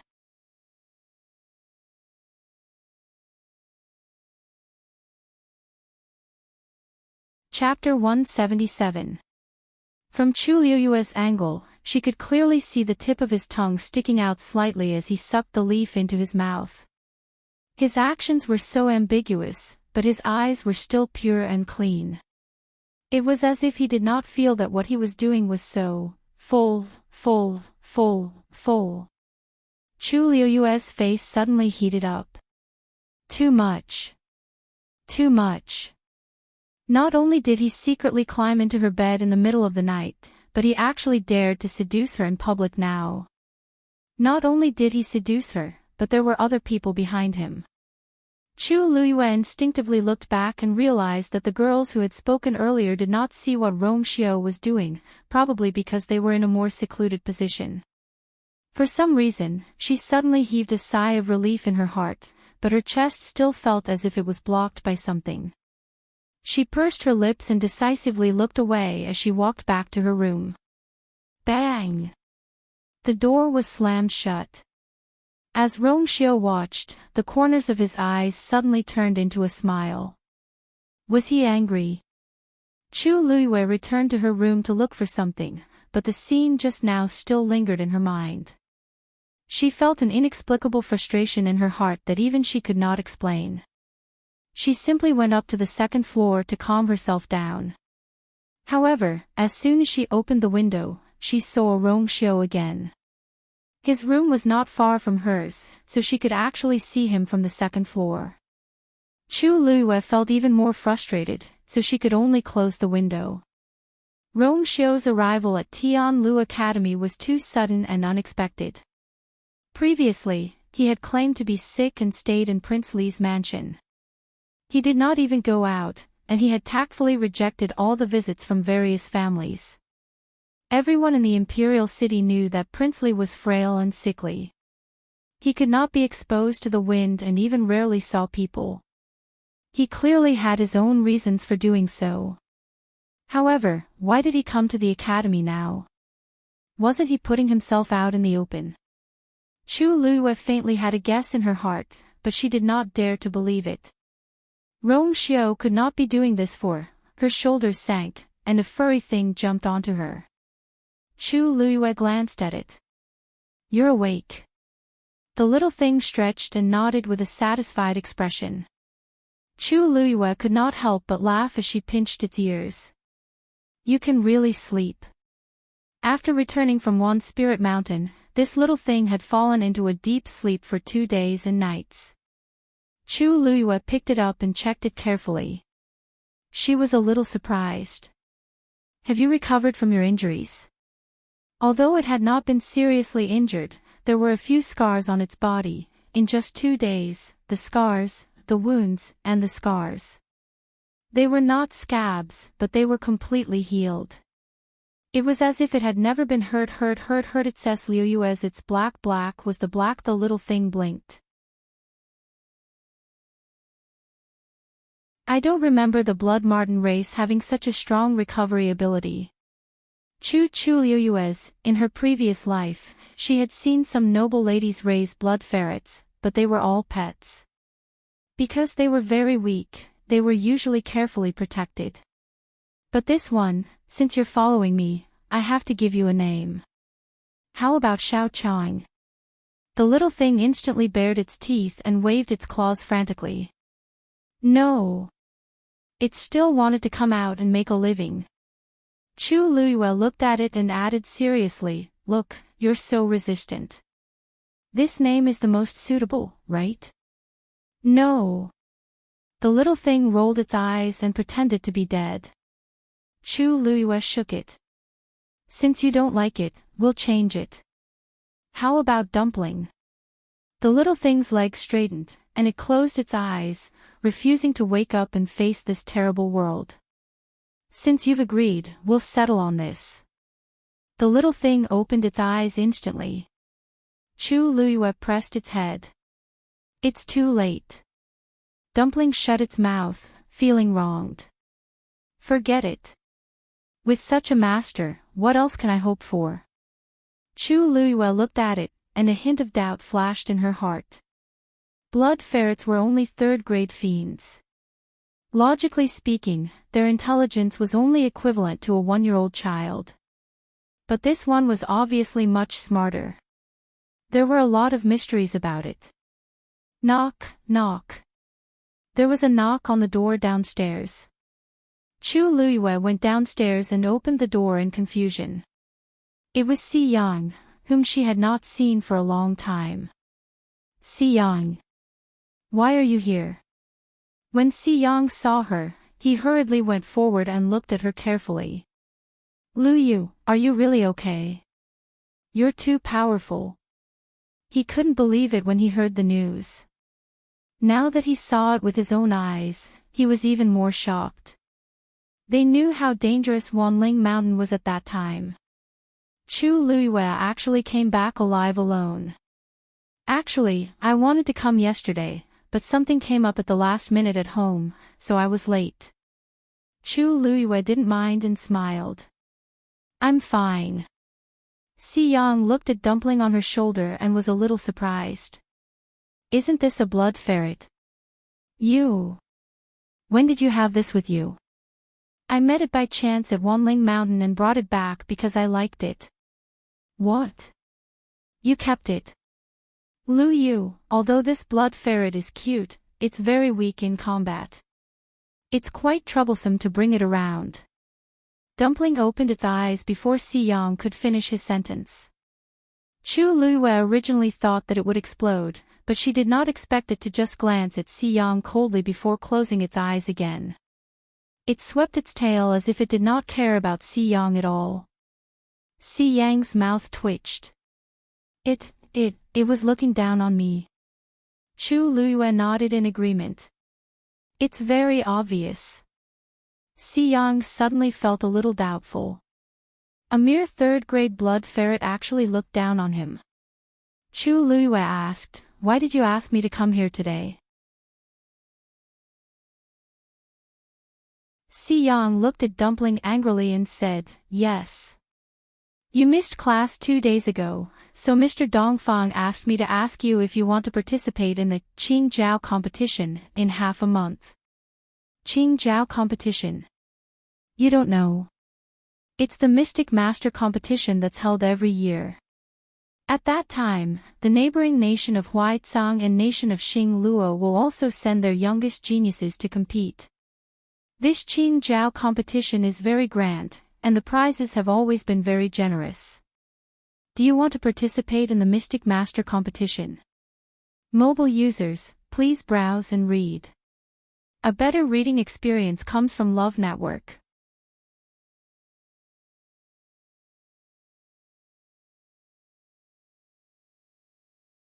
Chapter 178. Chu Luiyue was not very interested. He was about to reject Si Yang when he thought about it and asked, "What are the rewards?" "What are the rewards?" Si Yang chuckled. "That's amazing. The Qingjiao competition is organized by the top academies in 3 countries. Other than Tianlu Academy, there's also Country Huaizang's Nanfeng Academy and Country Xingluo's Taiyan Academy. It's our turn to be the host this year.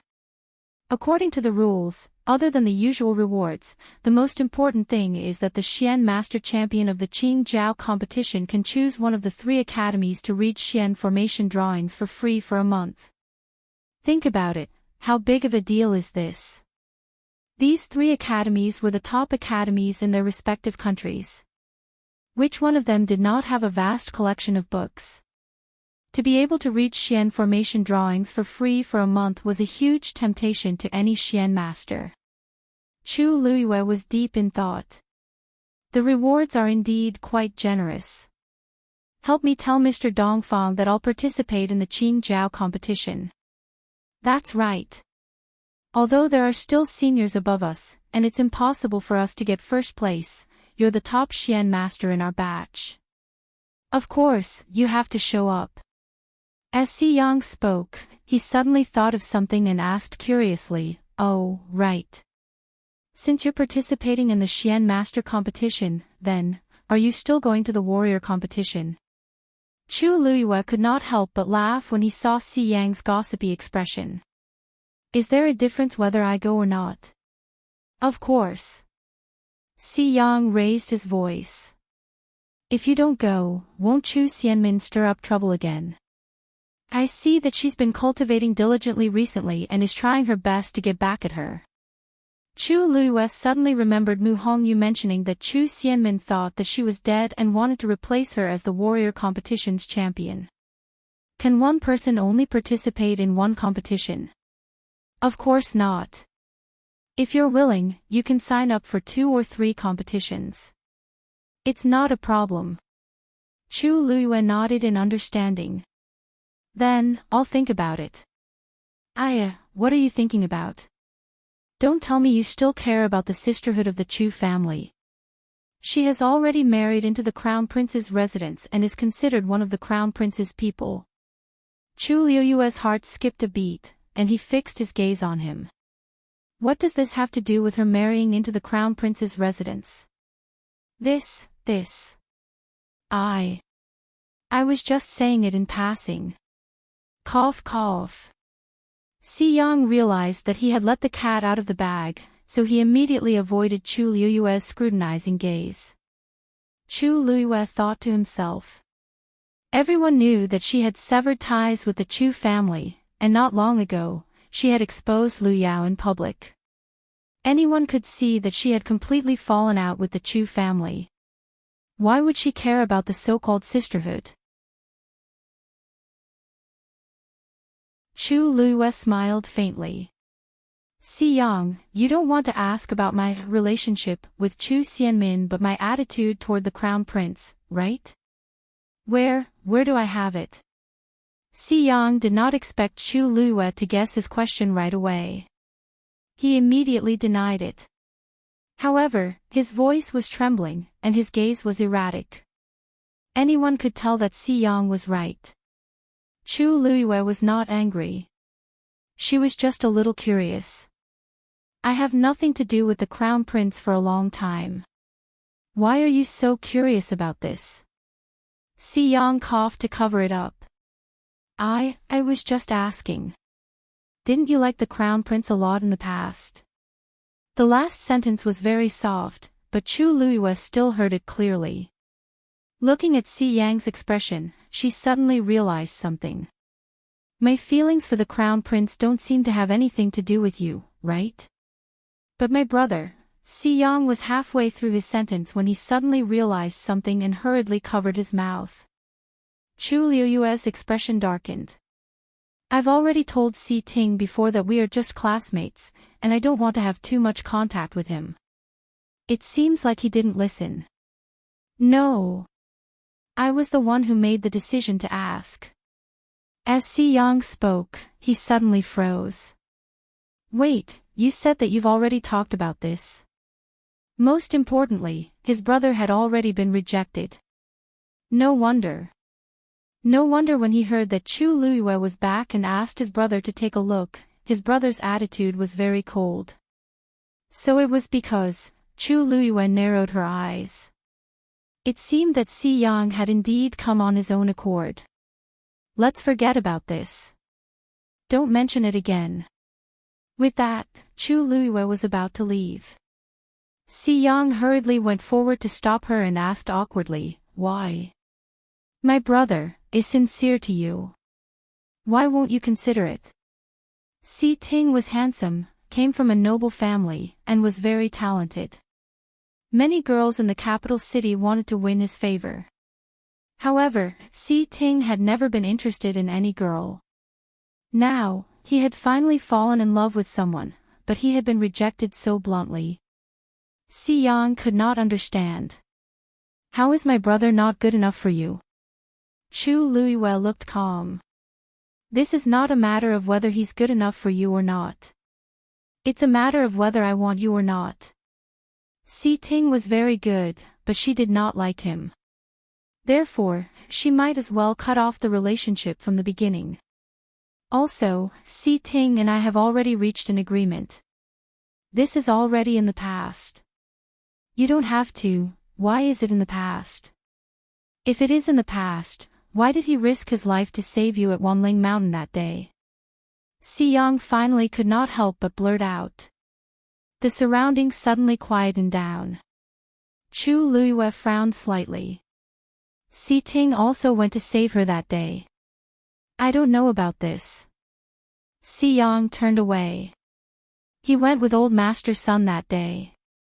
However, when they reached the foot of the mountain, they met Mu Hongyu and the rest first.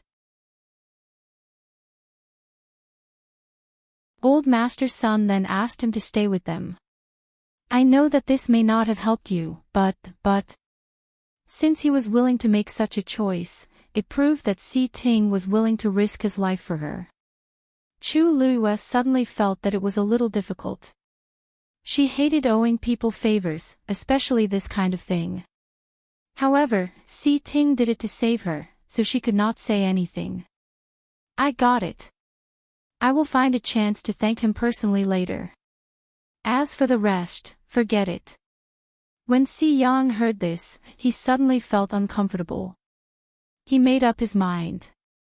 If you don't agree now, you might regret it in the future. I won't regret it. How do you know? When it comes to relationships. Chu Luiyue was a little impatient. Because I already have someone I like. Translator, Endless Fantasy Translation Editor, Endless Fantasy Translation.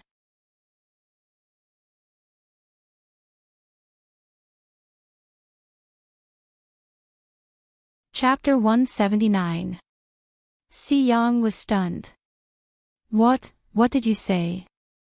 Chu Luiyue did not know why she said that, but seeing Si Yang's shocked expression, she decided to go with the flow.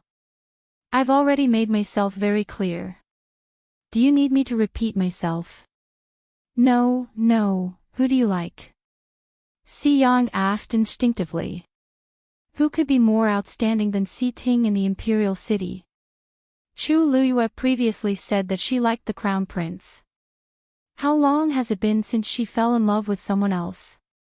You're not lying to me, are you? Who is he? Whoever he is has nothing to do with you. That's my own business. Si Yang, I see you as my friends. That was true in the past and will be true in the future. However, that was all there was to it.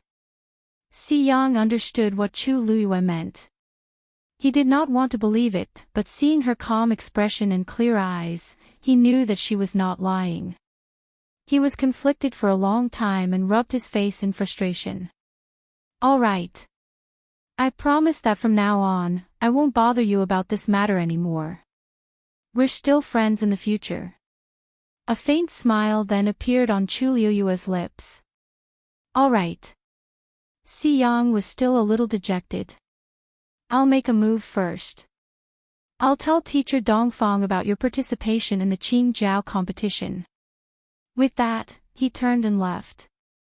If he stayed any longer, he would really annoy her. Chu Luiwei raised her voice. Thank you very much. Si Yang did not turn back. He waved his hand and left quickly. Chu Luiwei stood at the same spot for a while. Suddenly, she thought of something and turned around. In the distance, Rong Xiao was lying on the rattan chair. His eyes were closed and he seemed to have fallen asleep again. At this distance, he probably did not hear her, right? For some reason, Chu Luiwei felt uneasy as she hurriedly retracted her gaze and left. The surroundings became quiet again. The wind blew, and a leaf landed on Rong Xiao's face. He turned his head slightly and opened his eyes. His clear and pure almond-shaped eyes were much deeper now. It was as if there was an undercurrent surging in them, making one confused for no reason. How did this look like he was asleep? He had clearly been awake the whole time. The corners of Rong Xiao's lips slowly lifted into a smile, spreading to the corners of his eyes and brows. Then, he took the leaf out of his mouth and folded it in half. A clear and melodious whistle resounded from afar. Chu Luiwei, who had already walked some distance away, suddenly froze when he heard the voice coming from behind him. When Yan Qing brought the things to pack, she felt that her master seemed to be in a very good mood. As he cleaned the courtyard, he raised his head to look at his master from time to time. When the Rong Xiao plucked another leaf and put it to his lips, he finally couldn't help but say, "Master, it turns out that you like to blow the peach leaf whistle so much?" Rong Xiao raised his eyebrows. Is there? Yan Qing, there are so many blown peach leaves on the ground. Do you think I'm blind? Back and forth, you've been bragging for over an hour. You may not be tired, but your subordinate's ears are about to grow calluses. Yan Qing screamed in his heart, but he definitely didn't dare to say it out loud. It doesn't sound good. Yan Qing gave him a thumbs up in awe. It's a masterpiece. Rong Xiao nodded in satisfaction. Actually, it didn't matter if it sounded good or not. It was more important that someone could hear it. Your Highness, the things you brought from the residence have been packed. Do you want to see if there's anything else you need? Rong Xiao pondered for a moment. It's tea. Yan Qing. I'll go get some tea for you now. How could he not be thirsty after blowing for so long? No need. I'll go get some tea later. Yan Qing responded obediently. Then, he looked at the courtyard in the distance and silently mourned for his master for a second. Miss Lu Yu, you must come back soon. Chu Xianmin did not have a good time these 2 days. She originally thought that she could replace Chu Luiwei as the top warrior after her death and raise her status in the Crown Prince Mansion and the Chu family. However, Chu Luiwei actually came back alive. And he looked fine. Her plan was ruined, and she had to plan everything again. Her current situation was even worse than before. Looking at the letter from her father, Chu Yan, in her hand, Chu Xianmin was in a terrible fix. Mother actually instigated Madame Gu to make a scene at the academy's entrance. What was she thinking? It was fine to find trouble with Chu Luiwei, but why did she have to implicate her? If she had written an anonymous letter back then, it wouldn't have been discovered, and there wouldn't have been today's trouble. Now, the Gu family had something on her and said that they wouldn't let it go no matter what. Mrs. Gu had made such a big fool of herself and brought shame to the entire Gu family. They would definitely blame it on Lu Yao, who had written the letter. Lu Yao's life in the Chu family was already difficult, and this made it even worse. Chu Xianmin looked at the letter in her hand. The handwriting on it was messy, and it was obviously written in a hurry. Chu Yan was now seriously injured. How could he save Lu Yao? He could only pin his hopes on her. However, the Crown Prince knew that Chu Luiyue was still alive and had harshly reprimanded her yesterday. She couldn't even protect herself now, so how could she have the energy to do so? She tore the letter into pieces in frustration and walked out. Because she had good grades when she entered the academy, she lived alone in a small courtyard. She walked to the left wall of the courtyard and searched under the cracks of the tiles for a while. She took out something and quickly returned to the house. It was a metal cylinder thinner than her pinky. She gently twisted it, and the cylinder opened. A note fell out. She opened the note, dipped the brush beside her in water, and drew on it. A line of words appeared faintly. The matter might be exposed. You must be careful. Chu Xianmin was shocked, and the note fell to the ground. When Chu Luiyue returned, night had already fallen. The full moon hung in the sky, bright and clear. She looked around instinctively and found that Rongxiu wasn't in the courtyard far away. She couldn't help but heave a sigh of relief. I'm here. A low voice sounded. Chu Luiyue's heart skipped a beat. She looked up and saw Rongxiu standing by the window on the second floor. Why are you here? Chu Luiyue blurted out. Rongxiu looked into the distance, and his expression was a little strange. I'm thirsty, so I came to ask for tea. Chu Luiyue sneered. Your Highness, you are of noble status and have sharp eyes and ears. You don't lack a cup of tea from me. Rongxiu finally looked at her. His eyes seemed to be filled with light, and it was captivating. Yes. The bitterness of the peach leaves can only be cured by your tea.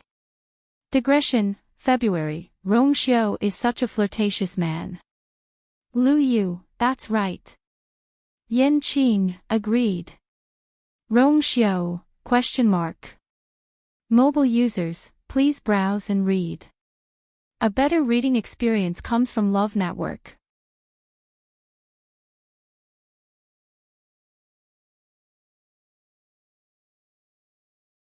Chapter 180. Chu Luiyue inwardly cursed him for being shameless, but her ears were burning. It was a good thing that the night was still dark, so he shouldn't be able to see clearly. She took a deep breath to calm herself down and pretended that nothing had happened as she went upstairs. Your Highness already has a place to rest in the academy, so why come to my place every day? Rongxiu didn't answer, but smiled faintly. Your position is very good. Whatever this prince does, you only need to look at it from here and you will be able to see it clearly.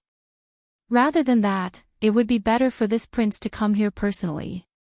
Chu Luiyue paused. Your Highness, I chose this place first. If she knew that Rongxiu would also come, and even happened to be in that seat, she wouldn't have chosen this place no matter what. She walked to the cabinet, took out a handful of fragrant ginger slices, and sprinkled them into the teacup. The hot water made the tea, and a bitter and spicy taste quickly spread. She deliberately poured a cup and handed it over. Your Highness, please. Rongxiu glanced at it and smiled. Why is it always this ginger tea that this prince comes here every time? Chu Luiyue said seriously, I don't have any good tea here. If you want to be particular, you can drink it. If you don't want to, there's no need to force yourself. Rongxiu's smile deepened, and he directly took the tea from her hand. The two people's hands touched for a moment. His hand was cold to the touch, and his white and slender fingers gently slid across the back of her hand, causing her to shiver slightly. Chu Luiyue looked up at him, but saw that Rongxiu's expression was normal, as if he didn't realize that something was wrong. His skin was as thick as ever. Chu Luiyue inwardly cursed. You have a medicinal fragrance on you. Were you refining medicine all night yesterday? Rongxiu took a sip of tea, his gaze fixed on her face, and his smile faded. Chu Luiyue slightly widened her eyes. How did your Highness know? Could it be that he came yesterday? That wasn't right. She didn't remember him coming. Rongxiu raised his chin. Chu Luiwei reached out and touched his face. Is there something on my face? Rongxiu sighed helplessly and chuckled. A person who had always been extremely intelligent would always be muddle-headed at times like this. He took a few steps forward and stood in front of Chu Luiwei. As the tall figure approached, an inexplicable sense of oppression instantly arose. In the next moment, he stretched out his hand. Chu Luiwei was about to step back when they met each other's gaze. Under his calm and deep eyes, there seemed to be an undercurrent surging. Faintly, there was also a trace of undetectable pity. Chu Luiwei's body seemed to have been fixed in place, not moving at all. Rongxiu's warm fingertips fell under her eyes. Under the illumination of the lights, the faint dark circles under her eyes could be clearly seen. If he hadn't endured an entire night, he definitely wouldn't have ended up like this. He's just a classmate. Is it worth it for you to do this? His voice was light and deep, and his expression was somewhat unfathomable. Chu Luiwei pursed her lips. She wasn't surprised that Rongxiu knew that she was helping Liao Zhongxiu. After all, she had intentionally leaked the news to lure the snake out of its hole. He once went through life and death with us. Naturally, I can't leave him in the lurch. Rongxiu narrowed his eyes. There was nothing wrong with what she said, but he was still in a bad mood. If he didn't know that she had other motives, there won't be a next time. His tone was calm and unhurried, but there was no room for refusal. Chu Luiwei raised her eyebrows. Your Highness, this is my business. You don't have the right to interfere, do you? Rongxiu's thin lips curved slightly. Oh. What if I say that I have the right to interfere? Chu Luiwei snorted. Your Highness, it's true that you have a noble status, but why should I listen to you? Rongxiu's hand slid down her cheek, cupped her face, and suddenly moved closer. Chu Luiwei looked at the enchanting face that was quickly approaching her, and her heart suddenly skipped a beat. She wanted to retreat, but the hands in her sleeves clenched and loosened. In the end, she didn't move.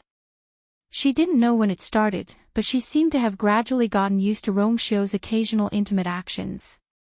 It seemed everything was natural. He looked at her with a deep gaze, as if there was an inexplicable suction that wanted to devour everything. Then, he tilted his head slightly and leaned close to her ear, chuckling in a low voice. Because, this prince is very familiar with the person you like. His lips gently rubbed against her delicate earlobe, and it was like a spark that started a prairie fire. However, what he said was more like a sudden clap of thunder that suddenly exploded in Chu Luiwei's heart. He really heard it. Moreover, he could hear it clearly. If Chu Luiwei could pretend that she didn't know that he heard it before, then now, she couldn't pretend anymore. Her heart was beating like a drum, and it seemed like flames were spreading from her ears, making her entire body hot. She quickly reached out and pushed him away. Your Highness, you heard wrong. I didn't say that person was you. Did this prince say that person was me? Rongxiu's indifferent question made Chu Luiwei's argument come to an abrupt end. Her hands were pressed against his broad and firm chest, and she didn't know whether to advance or retreat. This was the situation where 300 taels of silver were exposed. Rongxiu lowered his eyes, admiring the young girl's embarrassed expression with satisfaction for a while. He only felt comfortable all over. His arms suddenly wrapped around her waist, and then he lifted her up horizontally. Your Highness. Shoo. You didn't sleep well last night, so this prince will accompany you today. Rongxiu carried her to the bed, gently put her down, and then he leaned against the side. Chu Luiwei was a little surprised, and she blinked. Oh. Your Highness doesn't want to sleep. Rongxiu leaned over and lowered his voice. This prince can't sleep with you so close. Just sleep, don't worry about anything else. Chu Luiyue swallowed the rest of her words, hesitated for a moment, and closed her eyes. She was probably too tired from the past 2 days, so it didn't take long for her to fall asleep. Rong Xiao held her wrist with one hand, and a faint silver light silently flowed into Chu Luiyue's palm. Chu Luiyue's breathing gradually became long. She didn't know if she was having a nightmare, but her brows suddenly furrowed tightly, and her expression was pained. Rong Xiao looked at her, reached out, and slowly smoothed her brows, and moved closer to her ear. Don't be afraid, I'm here. His voice was very soft, as if it would dissipate in the wind at any time. However, the pained expression on Chu Luiyue's face gradually faded, and she became tranquil again. She unconsciously leaned towards the warm place until her whole body leaned against Rong Xiao's chest, and finally settled down. Rong Xiao closed his eyes, suppressing the inexplicable restlessness in his body. She really, always knows how to torture him. Mobile users, please browse for a better reading experience from AI Network.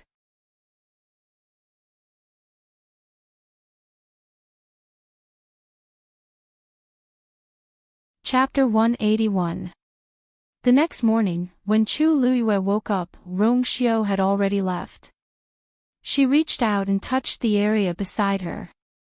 There was still a trace of warmth, and it was obvious that he had just left. At this moment, the sky was already starting to brighten. It would indeed be inappropriate for him to be seen here. Chu Luiyue got up and smelled a faint cold fragrance on her body. That was Rong Xiao's scent.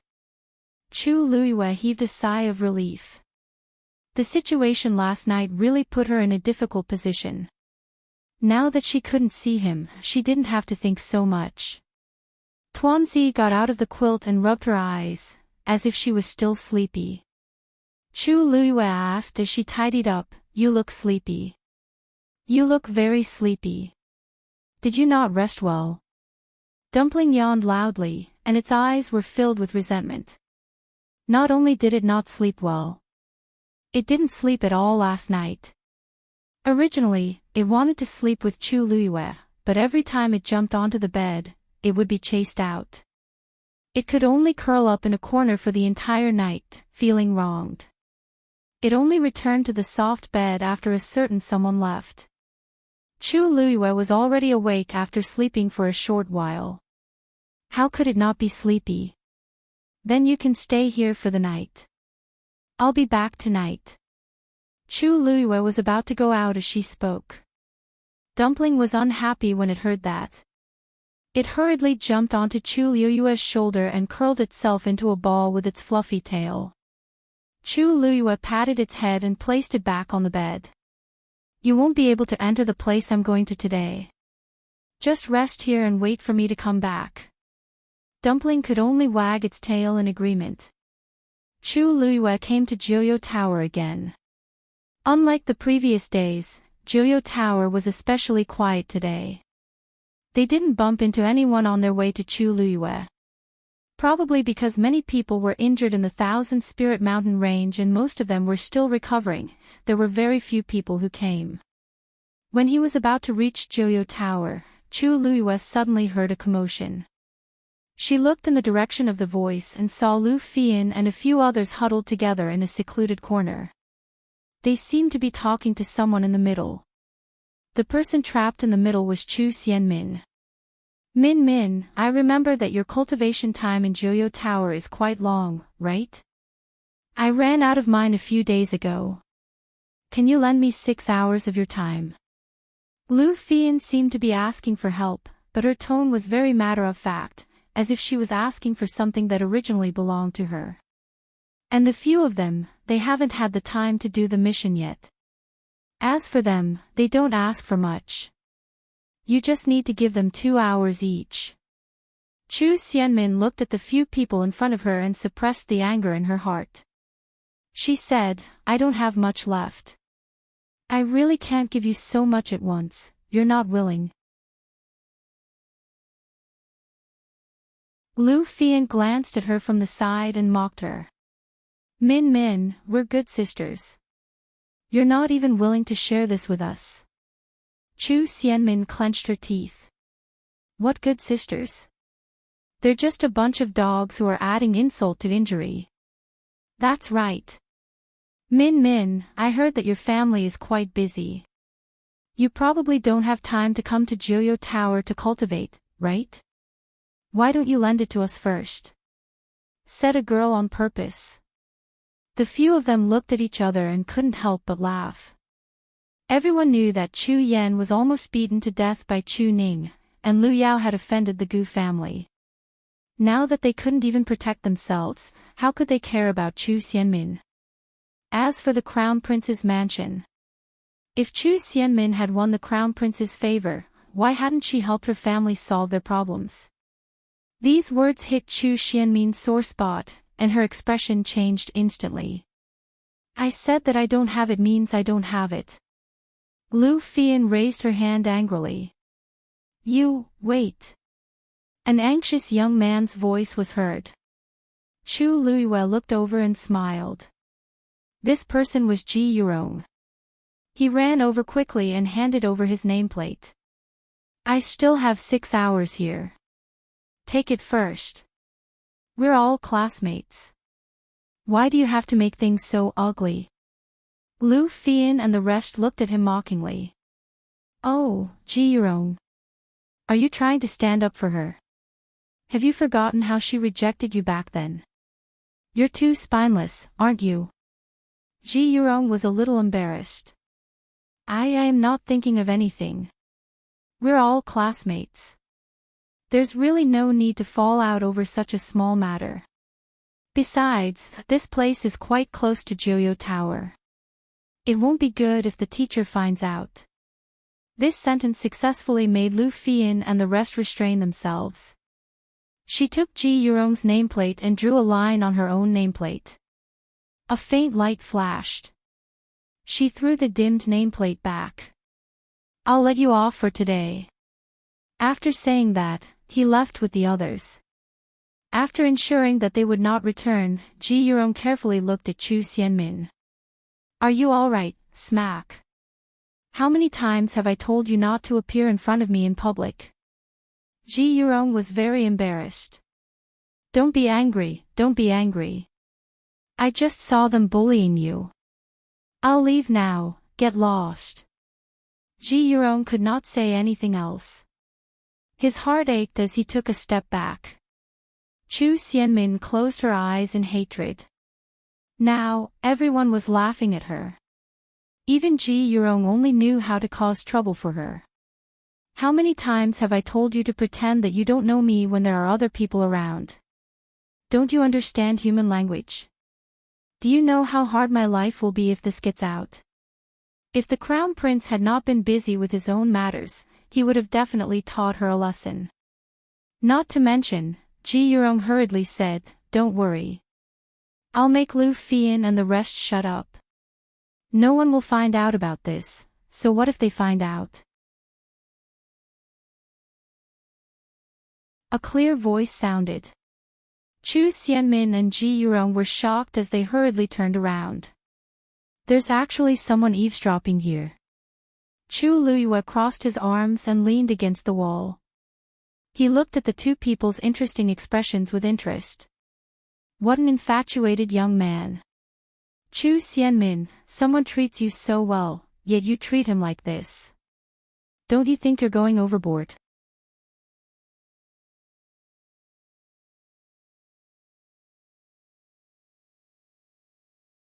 Chapter 182. Chu Xianmin looked at Chu Luiyue in shock. You've been here the whole time. What did you hear? Chu Luiyue touched his chin. Oh, I didn't hear much. I just watched a good show. He helped you out of goodwill, but you didn't appreciate it and even slapped him. TSK, isn't this a little inappropriate? She must have seen and heard everything. Chu Xianmin's gaze changed. She had always been very careful and would never interact with Ji Yurong in front of others. She did not expect to be caught red-handed by Chu Luiyue. Now, she could only bite the bullet and deny it. A thought flashed through her mind and she sneered. There are many people who like me. Do I have to respond to every one of them? Besides, I didn't ask him for help. He didn't know what was good for him. She then glared at Ji Yurong fiercely.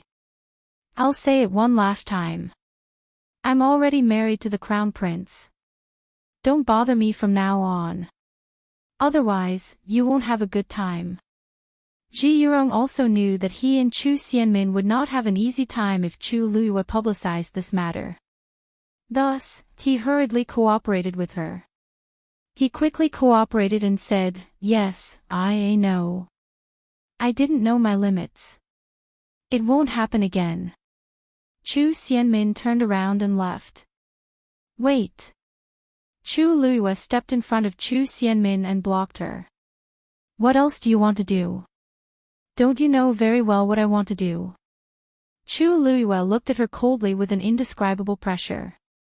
Hand over the antidote. Chu Xianmin's heart seemed to be clenched by something.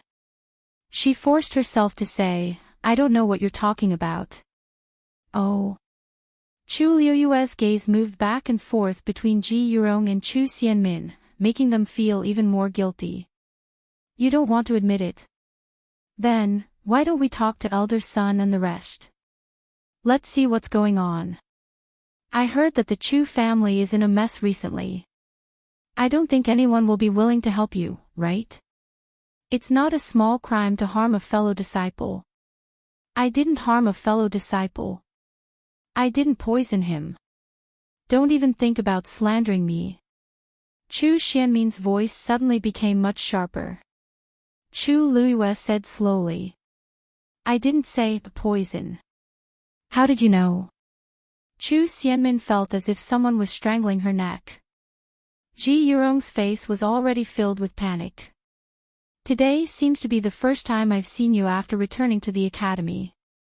We've only spoken a few words, and you've already mentioned poisoning. If you want evidence, isn't this the best evidence? Now, are you still going to say that I'm slandering you? Chu Luyue spoke slowly, but every word was like a sharp knife cutting across Chu Xianmin's heart. All the blood in his body seemed to have stopped flowing. His head was dizzy and swollen, as if it was about to explode. No, no. I didn't say anything, said Chu Xianmin frantically. Do you want to admit it now and hand over the antidote, or do you want me to personally go to your residence and show the evidence of your correspondence to elder son before expelling you from the academy? Chu Xianmin suddenly raised her head and stared at Chu Luyue in shock. How does he even know about this? Seeing her reaction, Chu Luyue sneered. Ever since Mu Hongyu found out that Ji Yurong and Chu Xianmin had an abnormal relationship, they started looking for evidence. Yesterday, after Ji Yurong said that he was going out on a mission, she secretly followed him. Everything was normal during the day, but he finally gave himself away at night and went to Chu Xianmin's residence. He did not even enter the door and only lingered outside the wall for a while before leaving. She went forward in the dark and indeed found a mechanism. These two people actually relied on the gap in the wall to send messages. Chu Xianmin's heart was in a mess. She suddenly turned around and looked at Ji Yurong. You betrayed me. Ji Yurong hurriedly explained. I didn't. I also don't know. He really did not know. Ever since he felt that Chu Luyue had discovered something, he was extra careful. He could not be more careful these 2 days. However, he did not expect to be discovered. He did not know that although Chu Luyue's cultivation level was not high, his ability to hide his aura was top-notch. It was as easy as flipping one's hand to follow him and find evidence. Chu Luyue originally wanted to find more evidence before testifying against Chu Xianmin, but he did not expect to encounter such a scene. It was better to come at the right time than early. It could only be said that Ji Yurong was anxious for his lover and lost his sense of propriety. That was why the matter was exposed so quickly. The antidote. Chu Luiwei repeated impatiently. Chu Xianmin clenched her fists tightly and finally closed her eyes in resignation. I don't have the antidote. You can kill me or torture me as you wish. You don't have it. Chu Liuyue's gaze gradually turned cold. I don't have it means I don't have it. You can ask me 100 or 1,000 times, but I still don't have it. Anyway, you already know about the matter. If you want to report me, it's up to you. However, I don't have the antidote. Chu Xianmin knew that she had nowhere to go. The emotions that she had been suppressing suddenly exploded as she screamed like a lunatic.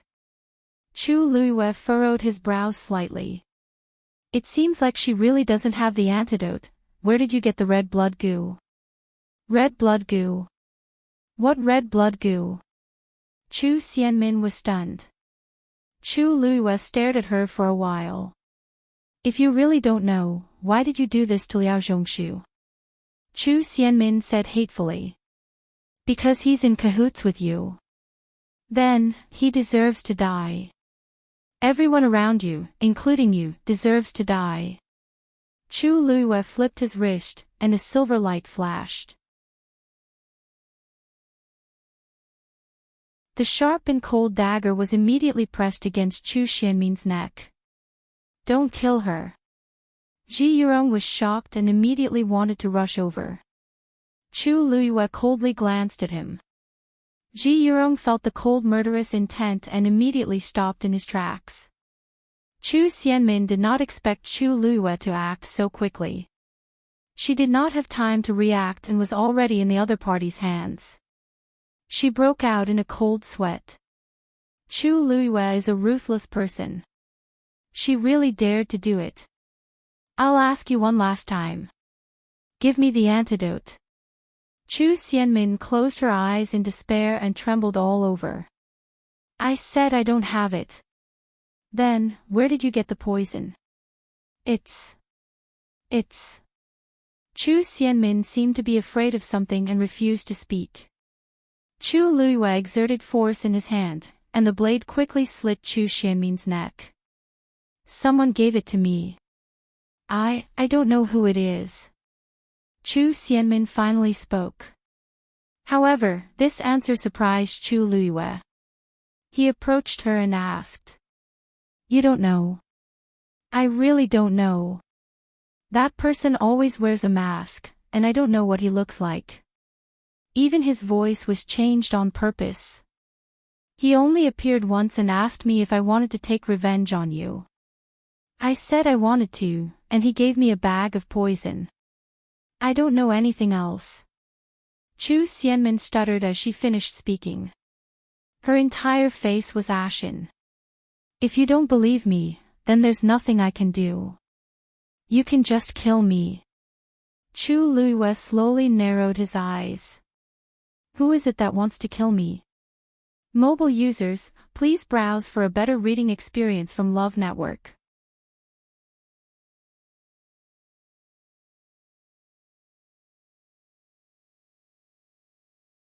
Chapter 183. Many thoughts flashed across Chu Liuyue's mind. She had offended many people, but no one seemed to be able to produce a poison like red blood goo. Even Tianlu Academy's teachers did not know much about red blood goo, let alone other people in the Imperial city. The Chu family. The Crown Prince. Or someone else. The enemy was in the dark, while she was in the light.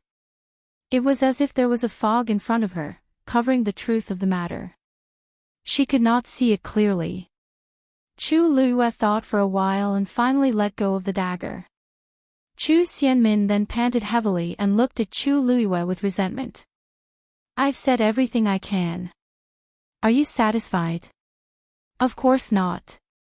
I wanted the antidote, but you didn't give it to me. You harmed me and my friends. Do you expect me to just let it go? Chu Luiwei looked at her, amused. Aren't you thinking too highly of yourself? Chu Xianmin knew that Chu Luiwei would not let it go so easily. Then, what do you want? Chu Luiwei raised his eyebrows slightly. I don't want anything.